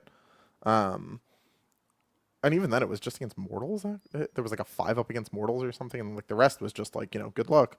But in 9th, World Eaters were, like, weirdly pseudo-durable because you were taking a bunch of 8-bound, and just, like, taking an 8-bound body was, like, good enough to be, like, kind of durable or awkwardly durable. That is so not true anymore in 10th that it's unreal. Like Yep. that for 6 as- damage from the JPI squad that we were talking about a minute ago is just like 100 points of 8-bound gone. Yep. And then you've also got just like AP and melee broadly feels fine. Like it's been scaled. Like if the goal was to scale back AP in the game, Oh, your yes. AP and melee Yes. has been fine. AP and shooting is really high still. Yeah. Just like everywhere. There are And I far don't fewer really- data sheets with AP4 in melee than there are guns, I think, with AP4. Yeah, it's like characters get AP4 in melee. Like you get AP4 in even. shooting for like some characters get like AP4 in melee. Dude, like Angron's Primark. 3. Yeah, like some Primark level characters. Angron's Like 3. Mortarion Angron. gets functional 4. Yeah, The Angron's hit you 3. guy is Yep. 3. Azrael's 4 for some reason, but you know. And then you get like shooting profiles and you're just like, yeah, and this tank has all the multi-meltas, they're all AP4, right? Like every time a Rogaldorn fires, I'm baffled by how much AP it has. Just on every gun. Every gun feels one too high. Every single one of them. Yeah. And I think it's just like that foundationally, you know, they crept AP back on most places, but not Melta. And like they did a whole bunch of this stuff where like they pull back durability, but not everywhere, and a whole bunch of stuff like that. Which I think there's just a lot of the bones of the edition feel like they were like almost there, but needed just like one more pass. Yeah, grenade probably could have been D3 morals instead of 6 dice. Tank shock probably could have been D3 plus 1 and D3 plus 2 if you have a toughness characteristic of 11 or higher. Like shit like that, where it's just like, yeah, it's good. It's just more guaranteed. There's less variability to it. But also, it's not just like explosively shitting mortal wounds at people. Especially the original version of tank shock that was just do 12 mortal wounds a lot of the time. Yeah, Or when do it was the 6 mortal wounds. strength of the It was melee just weapon. D6. But, It's just like, oh yeah, I got charged by a knight, so I just died. It's like there Yeah. wasn't dice rolls involved. no. I will say, from a judging perspective, the most common questions we get from this edition are pile in and consolidate questions when I'm running events. That's like, I will have more questions about that than about any other topic, and the fight phase is kind of a little. Yeah, pile and consolidate. Weirdly How does fight archaic. first work with like weird interactions? And am I in range of this gun? Am I in range here, or does this The, charge make it, or do I have line of sight? Those are The just fight phase questions stuff sometimes. is the one that is the like the fight phase stuff is so unnecessarily convoluted that I broadly would say I know the fight phase quite well. And if I'm just like tired, it is likely that like some form of mistake will happen where I'll be like, oh, no, stop, wait, slow down. That's not how that works. Like just vague fatigue is enough to be like, oh, Yeah, fuck. even just like, and the worst thing with it is just playing somebody who's just like not 100% understanding what you're trying to convey. When you're like, hey, I'm going to position this guy here by blocking the models here so that he's closer to that guy so that I can pile to here and then consult to here. Do you agree that I can do that so that I can just do it and we don't fuck about? Is one of the most wonderful tools of this edition. And I hate that it needs to exist. Yep. Yeah. Because like so much of it is just dependent on you being able to communicate with your opponent, which is not always easy when, as you say, people are tired, people don't speak the same language, people are Hey, all these playing kind of across a stuff. language barrier, right? It's why the WTC charge rule exists, Yeah, so you don't have people to are do playing the across dance. language barrier or accent barrier in a loud hall, right? There's so many ways that can just get in the way of that, or just Yep. like your opponent doesn't play like that. They're not on the same like wavelength of you with interaction like that. They just like they want to see you do it. There's a lot of that stuff. So yeah, I think it's difficult. Overwatch, yeah, God. Overwatch existing at all. I feel like I'm No. what is Nope. the word inured to it now, where I'm just kind of I've hit the point where Overwatch fatigue has hit me so many times that I just like, yeah, man, and something's gonna Overwatch and I'm just gonna move on with my life. But the edition built on sticks and stones, the fact that Lone Op and Rapid Ingress are as powerful as they are and are fine because of how bullshit everything else in the edition is. Like Rapid Ingress is probably still the best stratagem in the game. It's probably the best stratagem ever printed. And definitely. it's psychotically powerful. And it's what keeps the edition functional. And it's keeping the edition together with sticks and stones and lone operative. Yep. I hate even like little things for this edition. I despise that when vehicles degrade, it's not a ballistic skill and weapon skill degradation. Oh god, that drives me fucking nuts. Like, why is it to the hit roll? Also, that guard orders are ballistic skill. Like that exact interaction always fucks me up because I'm always like, "You're bracketed," and they're like, "Yeah, but I'm ballistic skill 3," and I'm like, "You're what?" Yeah, like I so deeply missed the 8th, 9th bracketing system where it was like weapon skill went down 1, then 2, and OC or movement or something. Now, it was not always applied equally. Melee datasheets made out significantly worse because they often lost movement, weapon skill, and attacks. Shout out to the Bloodthirster, who we went from 6 attacks sitting on 2s to 2 attacks on 4s by the time he hit bottom bracket. What a absolute dog shit set of rules that guy had in 9th edition. But in general, it's like it was a better system. It wasn't applied equally. And if it was just this edition, it was just -1 ballistic skill, weapon skill when you degraded, the game would be so much. It would feel so much better to like interact with your opponent's vehicles. If I tagged a thing and hurt it, now I don't have to kill the big knight, right? That's one of the problems with stuff like big knights now is that I can't meaningfully degrade a big knight. I can only kill it, right? There is only 100 or 0. They're also where- the change to big guns never tire between editions was not ideal. Sure. Yeah, being able to shoot into combat, being able to shoot out of Or out, combat. yeah. Yeah. Yeah, there's a lot of like little interactions that just have so many knock-on consequences that just makes the game, and like I love 40K. I've played something like 400, 500 games of this edition, and the rest, including like on tabletop and then more on DTS. It's absurd. Like I've played too much Warhammer. The game's been out for 2 years, and I'm probably averaging almost a game a day. Um, and yeah, like not everyone, I'm in a very privileged position to be able to play the game that much, right? Anthony, I'm assuming you're very broadly similar. Not everyone has to experience the game as up close and personal as we do. Yeah. And I still love it despite all of its flaws. Every edition I played has had flaws. Seventh edition, I got started in fifth edition. I didn't play sixth very much. I played seventh, I played eighth, I played ninth, and I played 10th at tournaments. And every single one of them has had foundational problems.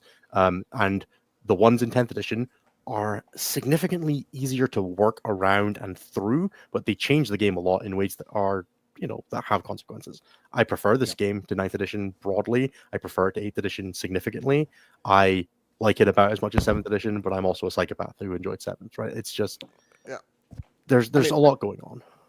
I liked 9th a lot more than 10th. I've been pretty vocal about this more than once. The change to secondaries alone just fucks me about. Like, basically every game that I play is always like, oh, like, particularly in singles, I could not imagine being a singles-minded player and being like, dude, tactical's great. I don't understand it just at all. I like the gameplay pattern of tactical. I just wish it was a little more controlled or less variable. I think the one that I would have really liked to try is if we had done like you don't draw tactical cards on turn 1 and you draw 3 a turn on 2, 3, 4, and 5. Sure. And they were worth less points. And you just like you saw there was a deck of like 15 cards or 16 cards, and you could see all of them with a redraw if you redrew on 2, 3, 4, and 5, and you could see all of them, and like that would have been more like I would have enjoyed seeing something like that. And it removed like the turn 1 tactical cards because you just don't score points on turn 1. No tactical, no primary. And then like you kind of went from there. Like I think there could have been so many ways you could have approached it. But we kind of just stuck with the same system the entire way through, right? So yeah. Because this should broadly be the pack that we finished the edition on, right? Expected Assumedly. value of 3-year Yeah. edition next year should probably be 11th. That's why I'm deeply hopeful that we change when WTC is. Fair. Nathan, do you want to finish this up, and then we should jump on to the next? Oh God, yeah. I think 10th edition is fine broadly. Like they Agreed. smoothed We're still out here. they smoothed out a bunch of problems by using keywords and created additional problems, which is like every edition of 40K ever, right? They fix some things, they create some new problems. I've genuinely enjoyed both 9th and 10th edition quite a bit, and didn't enjoy the part of 8th editions that I played where there were like a bunch of weird, crazy shit happening. But at this point, I don't play as much as you two do, so like some of the pain points of 9th and 10th edition just aren't as big of a problem to me because I don't deal with them as consistently as you two do, I think. But I do like 10th edition quite a bit. I hope that 11th edition I've played so much of it that I can't not, right? But and I definitely do hope that GW takes the feedback from 10th edition and then like takes further steps forward for 11th edition. Since I am 11th deeply edition is hopeful kind of that the 11th edition rules writing process started after Josh got hired. Yeah, and I think Josh and then like whoever is working on some of their other design stuff now in-house, like they're doing a great job so far on most of the stuff. Like I think it'll be fine. We'll see where it goes. And now we need to get on to questions because we made it through like I need to. We made it through like 3. Yeah, sorry. One day we need to set like a scope limit to these questions because some people ask some just like, hey, could you just like build my team comp for team event stuff sometimes, which is hilarious. I do want to take James Manlanget's New Zealand $5. Absolutely. Thank you for that. Is it a good idea to take Canis Rex for non-Ultras Codex compliant Marines? Yes or no? No, because that's less stuff that benefits from your oath that gets +1 to wound. And if you're playing broadly, yeah, Marines are like a really synergy-based army, and their data sheets tend to like propel each other forward, and that you should broadly stick to within that. Armies that don't have like armies that benefit from Canis Rex tend to be armies that have like cross-faction buffs, like sisters, right? Like Immolators buff Canis Rex because they ignore cover, and then Canis can benefit from it. And then it's a thing that doesn't use Miracle Dice, so you can use that limited resource on your other stuff. It doesn't really diminish it, right? So that tends to be armies that tend to prefer it. All right. Next question's from Carl Testarossa I'm not going to try to pronounce the last part. That's all consonants and will break my brain. Cool dog name recommendations. My favorite dog of all time was named Lola. So there you go. My buddy just got a golden retriever puppy and called it Frank, and I think that's hilarious. That's amazing, and I like that a lot. Our cats are named Jameson and Bailey, so we've kept a theme for ours. So go with that. If you want to continue Nathan's naming theme, Malibu. There you go. There you go. Just keep Malort. going. Malort is actually a good name. Malort the cat. Yeah, there you go. All right. Next question is from Sean, which is: would challenger cards be more interesting if we went by remaining percentage of army left instead of VP? Challenger cards would be more interesting if they were removed because they're a terrible error. 10 plus VP, bare minimum change, please. 20. You can have a challenger card if you're down by 20. I drew too many challenger cards on turn 2 while winning the game already. Instead of adding challenger cards, we should make it a everybody gets phase out on their army. So if you lose too much of your army just phases out and it'll end. She's still called buffs. Let's go. All right. C Droots, thank you for the $5 super chat. Why do Blade Guard vets suck so much? And is there any detachment to play them in? That is not even slightly true. Blade Guard veterans are amazing. Play them in Liberator Assault Group. Don't play them anywhere else. They're still terrible there, but they are good in Blood Angels. Yeah, they really melee data sheet is good in the punch you detachment. They're actually okay in Wrath of the Rock as well. They are cheap and they get Deathwing keyword. They're not like incredible, but they are a reasonable data sheet in that detachment. They're okay in Stormlands as well. Like the advance on charge is good for them. All right. Richard Kilpatrick has the next question: we answered this already? We all think that T-Suns should not have firing deck. No, T-Suns Rhino should not have firing deck. I think, remember at the start of the edition where everyone was like, yeah, and only models with a psychic keyword can fire psychic weapons. I think we should bring that back as well. Do they have anything that isn't? Oh, so they can't shoot. So they can't shoot the Inder. They can't shoot the Psyker's weapons. We should bring all that back. All right. The next question is from Davlos, which is: my LGS has had 2 RTTs over the weekend. That's a lot. Out of a total of 20 players across 2 days, there were 7 IK/CK players, and 3 out of 4 went X and O. 3 out of 4 X and O players were IK or CK. Do you expect GTs to post similar results, and are we due an emergency patch? I mean, I think we're going to see a lot of big stuff. I think that the game, like I said earlier, lends itself to countering big stuff. I don't think that a lot of the more casual players lend themselves well to countering big stuff, though. And I think there's going to be a lot of really angry people at singles events for a little while. I think we should get an emergency patch. We probably will not.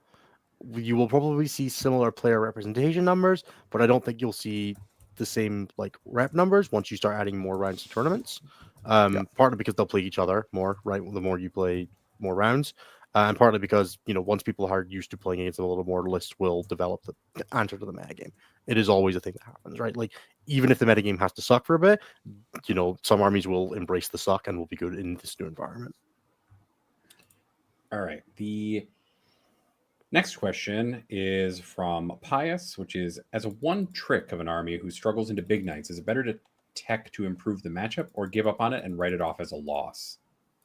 You should tech for it.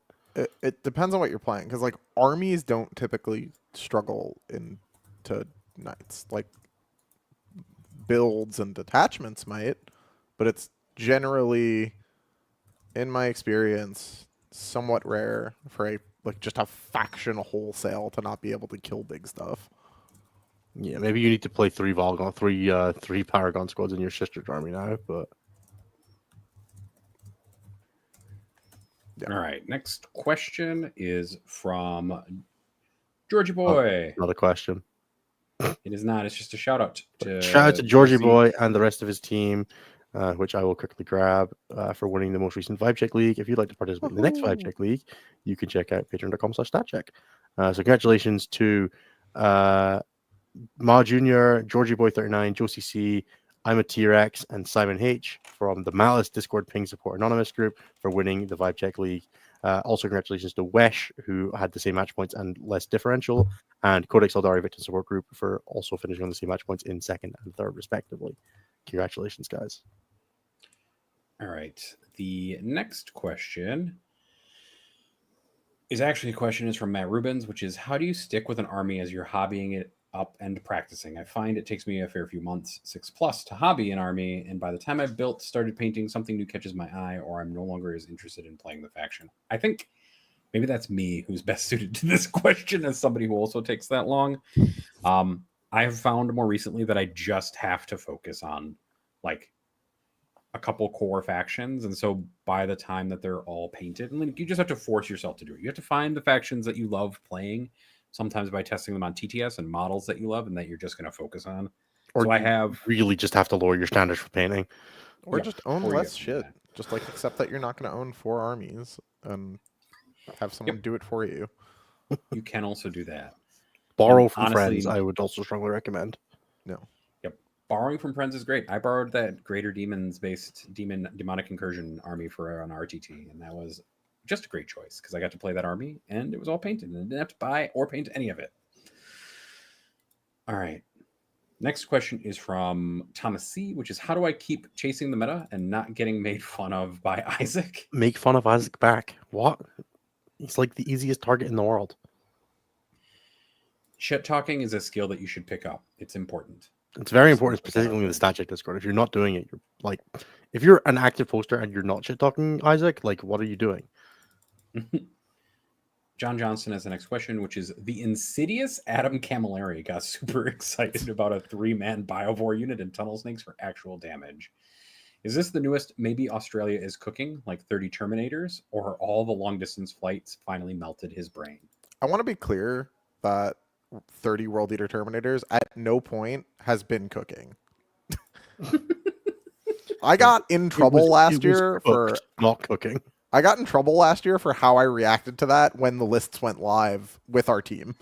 So at no point in time has that list ever been cooking. Anyway, carry on. There we go. Do not play 3 Biovores in Tunnel Snakes. For context, that is a 150 point squad that fires 3d3 blast shots at 612 dev wounds that hits on 4s with reroll 1s to hit.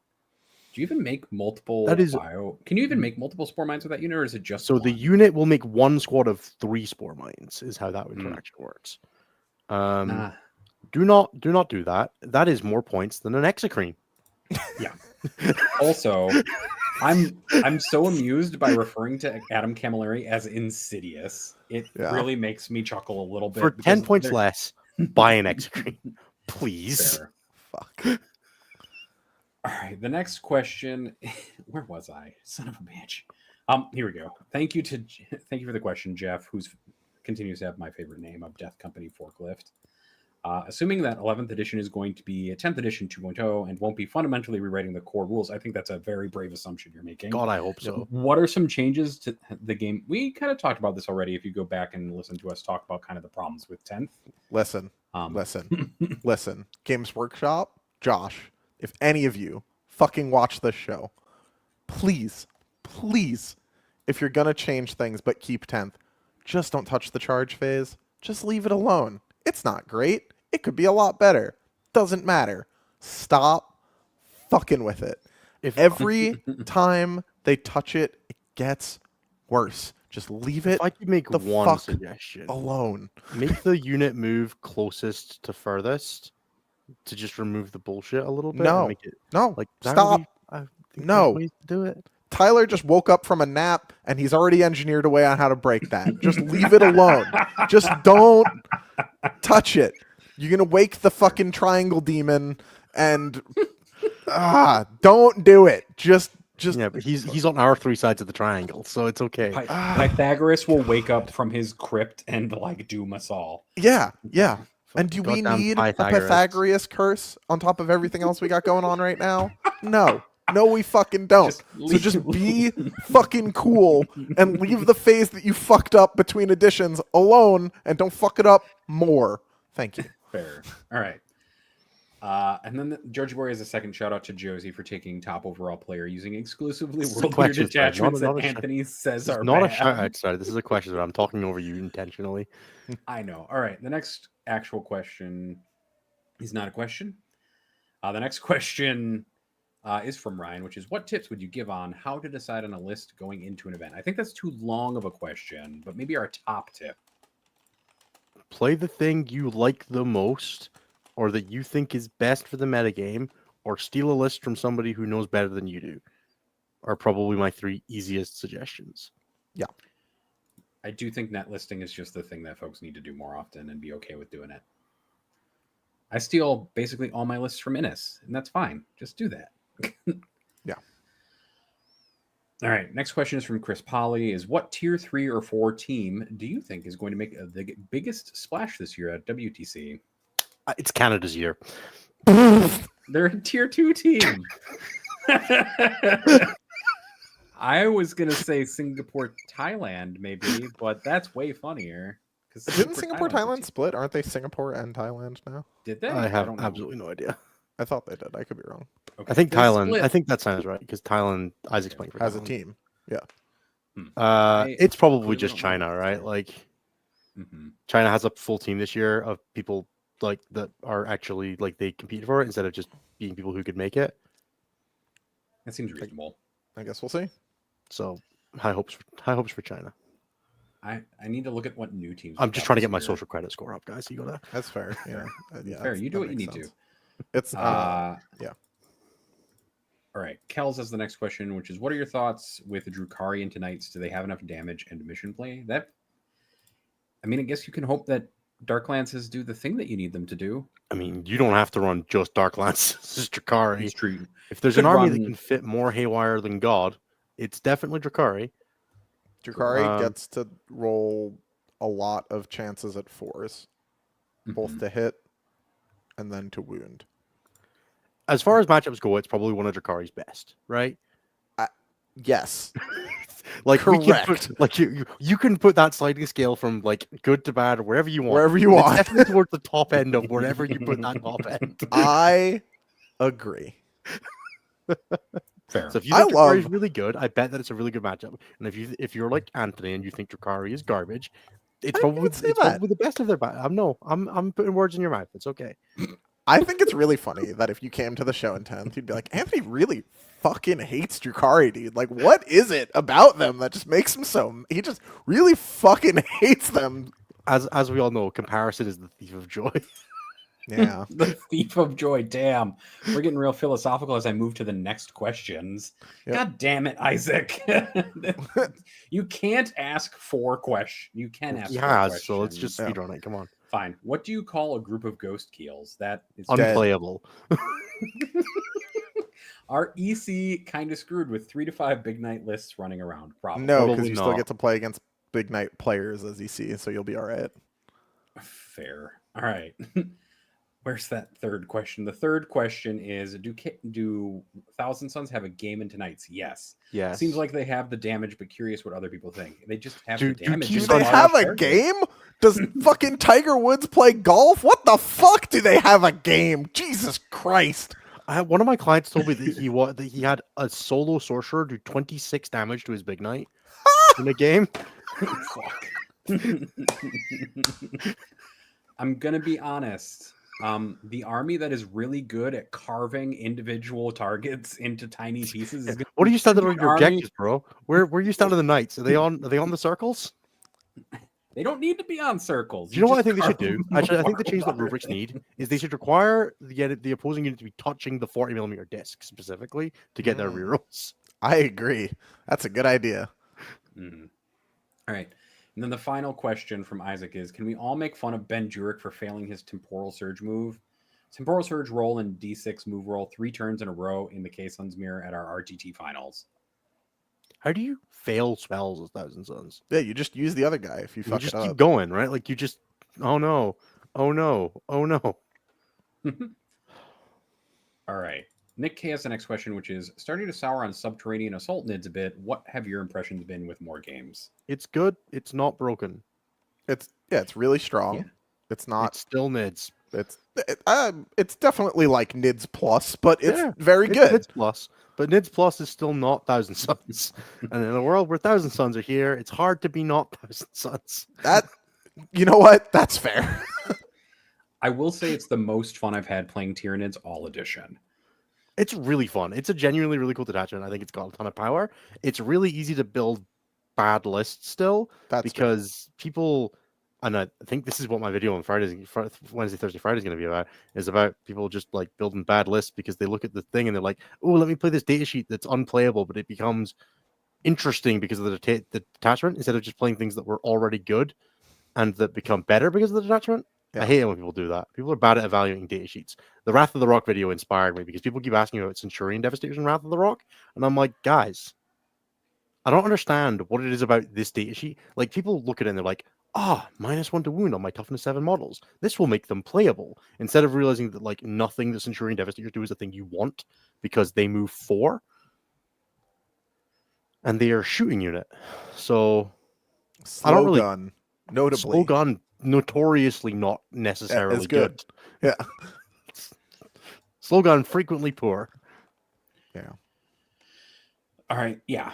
The next question is from Aaron Imperialis Knight, which says, "Brothers, I've been paired into triple Atropos and Canis plus Chaff this weekend. How do I not get murdered by this as a vehicle army?" You don't. You kill it first. Swing or get swung, bro. Go kill it first. Bobby the RPG Luminary asks, "What are your front runners for best faction after the most recent updates?" I feel like this is obvious already now. Which is maybe Imperial Knights and Chaos Knights, but Thousand Suns kind of probably competing with both. Thousand Suns, Death Guard, Space Marines, IKCK. IKCK, GSC are my top 6. That's what I'm gonna put my load. I feel like no matter no what, one else is gonna say GST, so I don't even want to pretend. No. EC is probably up there as well, right? EC still fucking slams. Yeah, EC is very good. Sometimes bad shit happens, but also it's really fast. EC is very much like, since the nerfs, EC still does like all the same damage it did. It just like doesn't have any stuff afterwards. So it's real ride the lightning on whether it's just made it even more. EC still has the very real thing of if you leave anything in EC alive on any, like, not 0 in EC, just asset there is like, fuck, that sucks. Yeah, everything up to like watching a rhino like desperate escape through and then like fall back and charge onto an objective that it was nowhere near. You're just like, God, this is fucking obnoxious. Playing against EC, if the other person is like well repped, is a fucking ride because it's like it's all really fast and it all is just everywhere all the time. Fuck.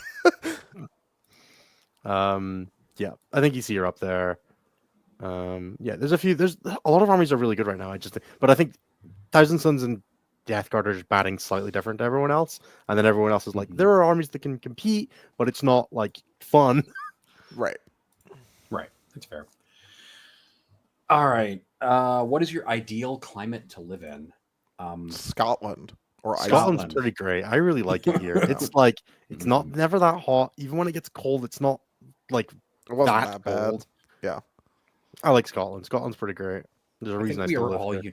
unanimous on Scotland. Yeah, that's the only reason it is that you're still in Scotland. Scotland's dope, dude. We get free prescriptions on the NHS. England doesn't even get that. Yeah. Ooh. The other day, like, we've talked about this on the show. Like, I'm not working right now outside of like doing 40K coaching, right? And the other day I was like, oh, what if I like just wanted to do 40K coaching? And I like thought about it for a minute, and all of like the random like America expenses, I was like, never mind. I'd have to move to Europe or Canada first. Yeah, back into the pressing apply grind until my eyes bleed. Yep, it's reasonable and fair. I really want to move to Scotland just again. That sounds like fun. I don't know. Yeah. I just want to go back, see it. All right.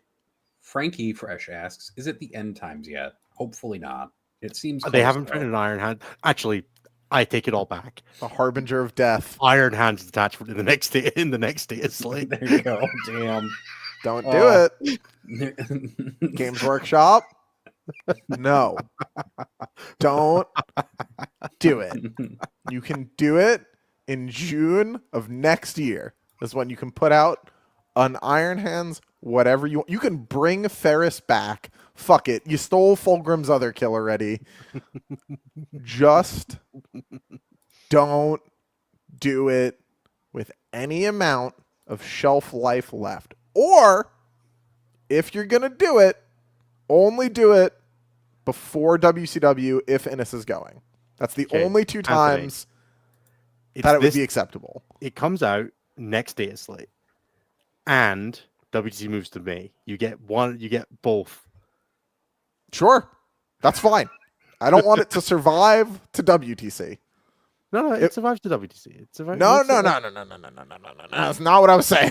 Yeah. You have It comes out. It's you get broken you get beyond another belief. 10 WTC, but Iron Hands is fucked. at the end of What are we the talking about? I don't care. I'm not gonna have to play it. Fuck it. Whatever. That's not my problem. game. Perfect. That's what I was looking for. All right. The next question is from Freya. And the question is, what's the best way you have found to evaluate your own games to find mistakes and other areas where you can improve?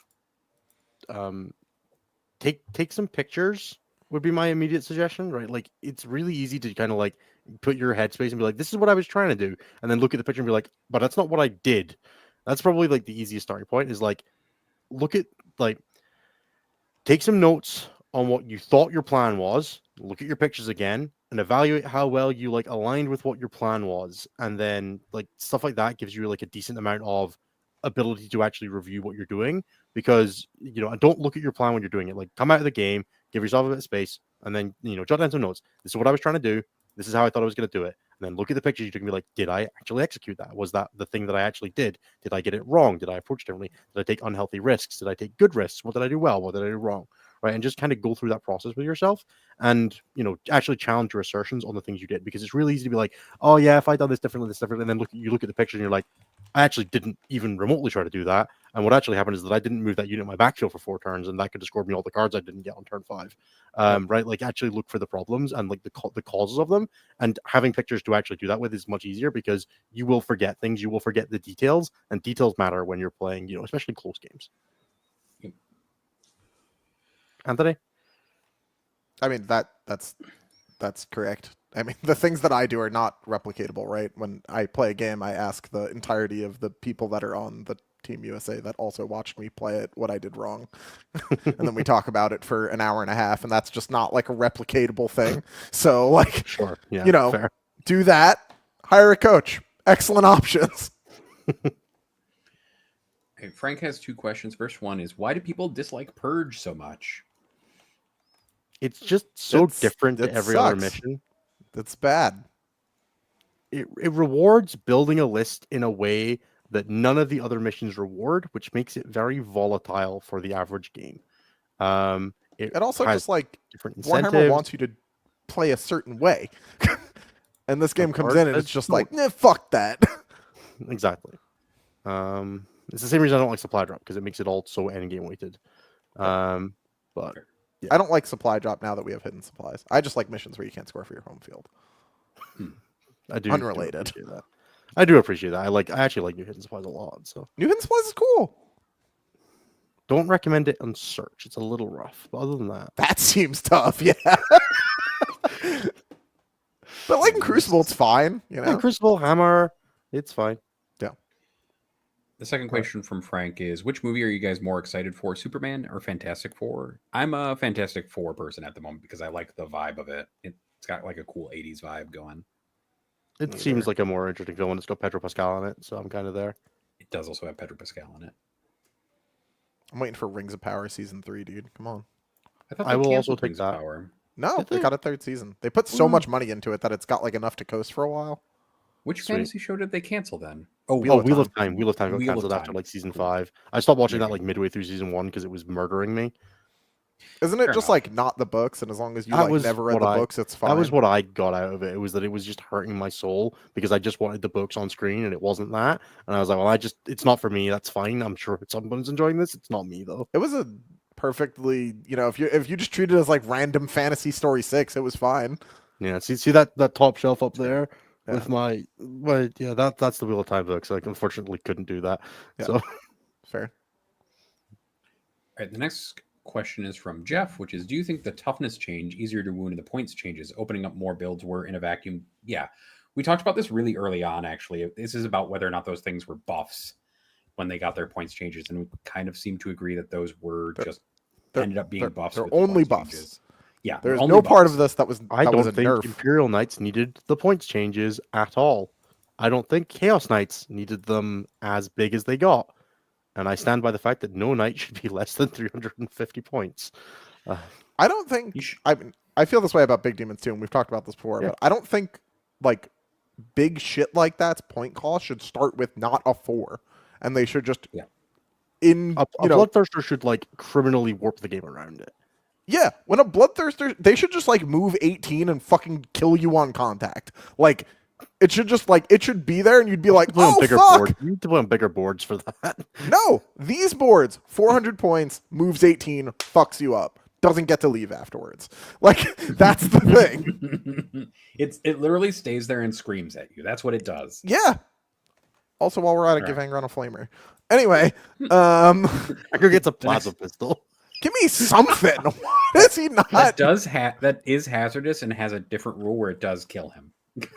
Okay, Wow. sure. Yeah, he kills him, but you get to roll 12 extra dice on his res next turn. Whatever. Sorry. Then the next question is from Goran, which is, what was the single thing that got you to the skill level you're at now? And I'm going to say it's been playing better people on TTS is what made my skill level improve. Joining Team Scotland. Blasting my face into event grind. That was it. Joining Team Scotland or Crusher go. Campaign, it's one of the two. Yeah. Now mine was just, hitting go. Like just I was averaging 2.5 events a month for a while. Like, it is what it is. You gotta just go. And then the last question is from James, which is, what do you guys think of Avatar Aang, Magic the Gathering commander? It's going to really depend on what the bending abilities do, because right now we know literally nothing about any of them. I think it's kind of weird that he's a 5-color commander, given that his front side is Sans Black. I feel like they should have committed to the bit and kept his backside Sans Black as well. But there are already a lot of Sans Black commanders, so it would have been interesting some other like 4-color design space. But yeah, it is what it is. Yeah, basically what Anna said. We just don't know what any of those special abilities really do yet. So we'll know when. I'm hoping that it's because that one has firebending as its ability. I'm hoping that there's 4 iterations, like one for each of the books, like a base version that's just white, that's the airbending version, then the waterbending version, then the earthbending version, then the firebending version for like the progression through for the 4 individual ones. I think that'd be cool. I think I'm more excited by that pirate planeswalker they introduced, who has like a really cool artifact. Oh, the Tezzeret. Did you see the got Grace. Did you see the like special versions of the shocklands they're doing?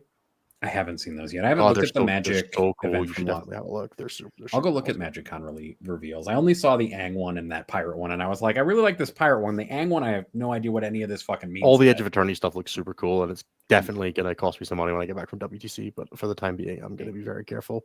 I just spent a decent chunk on Final Fantasy, and I don't want to spend more right now. So I played a sealed event while I was judging the teams tournament. Like I played Final Fantasy between rounds essentially as a sealed event.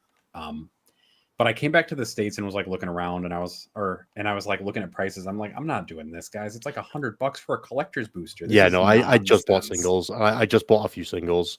I was like, I'm not doing it. I can't do sealed stuff for Final Fantasy. It's so expensive. But if you only do the if you don't do like the special version, it's actually not that bad. They're pretty normal price, but it's only the special versions that are really extortionate, like the search files and stuff like that. And the truth of the matter is like, honestly, the collector's boosters shouldn't be this expensive, and scalpers are just ruining it entirely for everyone by trying to find like the 77 freaking golden chocobos. Yeah, someone had the one of one at MagicCon. Yeah, they sold it already, is what I heard. Somebody said they sold it for $250,000. Fair enough. I like watching Anthony just dying. The wrong game. Why? Why did it have to be 40K? Fuck. Yeah, it's pretty rough. Someone was saying that the I was watching like some shorts of some guy who was putting out the decks. I was like, yeah, I got one of the serialized Steam vents from the guy that sold the One Ring to Post Malone. I'm like, that's pretty cool. All right. My favorite thing about this serial about that one sale to Post Malone is the person also got like VIP passes to the rest of Post Malone shows as part of the package for the deal for the One Ring. That's pretty cool. I was like, that's pretty cool. You're selling the guy like, a $2 million card. I think it's okay to ask for some concert tickets. Yeah, it was. All right, Nathan. All right, do you want to do your bit? All right, everybody. If you join our most expensive tier, thank you actually to Alternative Clover for joining us on YouTube. Thank you, Clover. If you join our most expensive tier, which is a Crisp High 5 tier, which is our $15 a month tier on Patreon, you get a number of in-person benefits where you can get Crisp High 5s, there are challenge tokens, there are other things as well that you can get. They're detailed on the tier. One of those things is you get called out and thanked at the end of every episode, and you get to customize your own call out, which was probably a mistake, but it is very funny. I am going to try to read these to make sure that you don't do something crazy. The only requirement is you don't get us canceled. There you go. All right. Thank you to Christopher. Finally remembered to update this message before the show. Potatoes, Irvine. Okay. Thank you to Willow Weeks. Thank you to Dan F. Thank you to Luke. Harridan's taking the subway McCarthy. I do love that Harridan's can pop out of fucking tunnels and tunnel snakes. That 40 millimeter tunnel is doing a lot of work. I stand by Tyler's line. Just do it with a Harrod and don't be a bitch. True. David, he must be humble of heart, strong of arm, be savage in war, loyal to hearth, and follow deeds of glory. He must keep honor with all, banish cowardice from his doings, and bring... Man, I have to scroll over, which is funny. I have to bring his house no shame. He must serve the emperor and defend the Imperium. Thus should a knight rule himself. Clark. Thank you to IEAIAIO God damn it, IER. Thank you to James H. Thank you to Colton, Dan F. Miller. Thank you to Fungus. Thank you to John, V8 Gang, Nathan's favorite, True. Thank you to Cam F, Dan, Morton, Hog Emoji. Thank you to Archon. Warhost is the detachment where you display absolute Eldari mastery and skill expression on just to lose when faced with anything approaching a stat check or haul. That's Seer Council, isn't it? That's all of them, I think, now. Fair. Thank you to Josiah Gattle. Thank you to Dread Lord Frankie. Thank you to Isaac. I signed up for Floof's Casual TTS League with 11 of 12 players on GSC as a Triple Prince EC player. Am I a bad person? Welcome to fucking hell. Jesus Christ. Thank you for the video, Ines. Thank you, Thomas. Why is there so little WTC prep time left of Requation? Thank you to Steven. I just want a rep in tonight's Nathan Ross. It's true. Steven's been asking me, and my life has been so kind of weirdly strange because of moving here and family visiting that I have had to back out of games with Steven several times. So I keep doing it. It's funny. And I'm actually starting to feel really bad about it. The more you can do to torment Steven, the better. Because every time after every episode, he drops into my DMs to just wind me up. So keep doing it. Steven, you're lovely, and I will make time. Steven, you deserve less interaction with us. So I'm glad Nathan's canceling on you. Don't. Thank you to all be doing my part to keep the Chaos Knight stats down with my 52% win rate. You're welcome, actually good players! Exclamation point. Keeping it down with a 52% win rate is insulting. Thank you to Ahek. We'll announce it now. Josh Roberts is the new primary host for Enter the Matrix. That is not true. Not even possible. Thank you to our joke of the week. How does the non-binary samurai defeat their enemies? They slash them. I'm sure there's a reference in there, Floof. It's a pronouns reference. Fair. Oh, hey, fair. They do. That's true. Thank you to Gucci. Question mark. God damn it. That's got to be Hadar. It is. Thank you to Joe running a Banesword to get challenger cards as a valid strategy. P. Thank you to just wanted to shout out Innes and Anthony for helping me prep for my first GT. Their help made the event smooth for me. I appreciate their time, effort, stat check, coaching. Worth it for anyone considering it a big clock energy. Oh yeah, John. 4-2 with Custodes. Well done, man. Woohoo. Thank you to everyone. All right, guys. Thank you so much for being with us for episode 142 Stat Check. We'll be back next week, same time, same place. Hope everybody's had a great time. If you're at a tournament this weekend, I don't think any of us are. So sorry, we can be able to come and say hi. But very best of luck. Kick some ass. Nathan, do your thing. Bye-bye.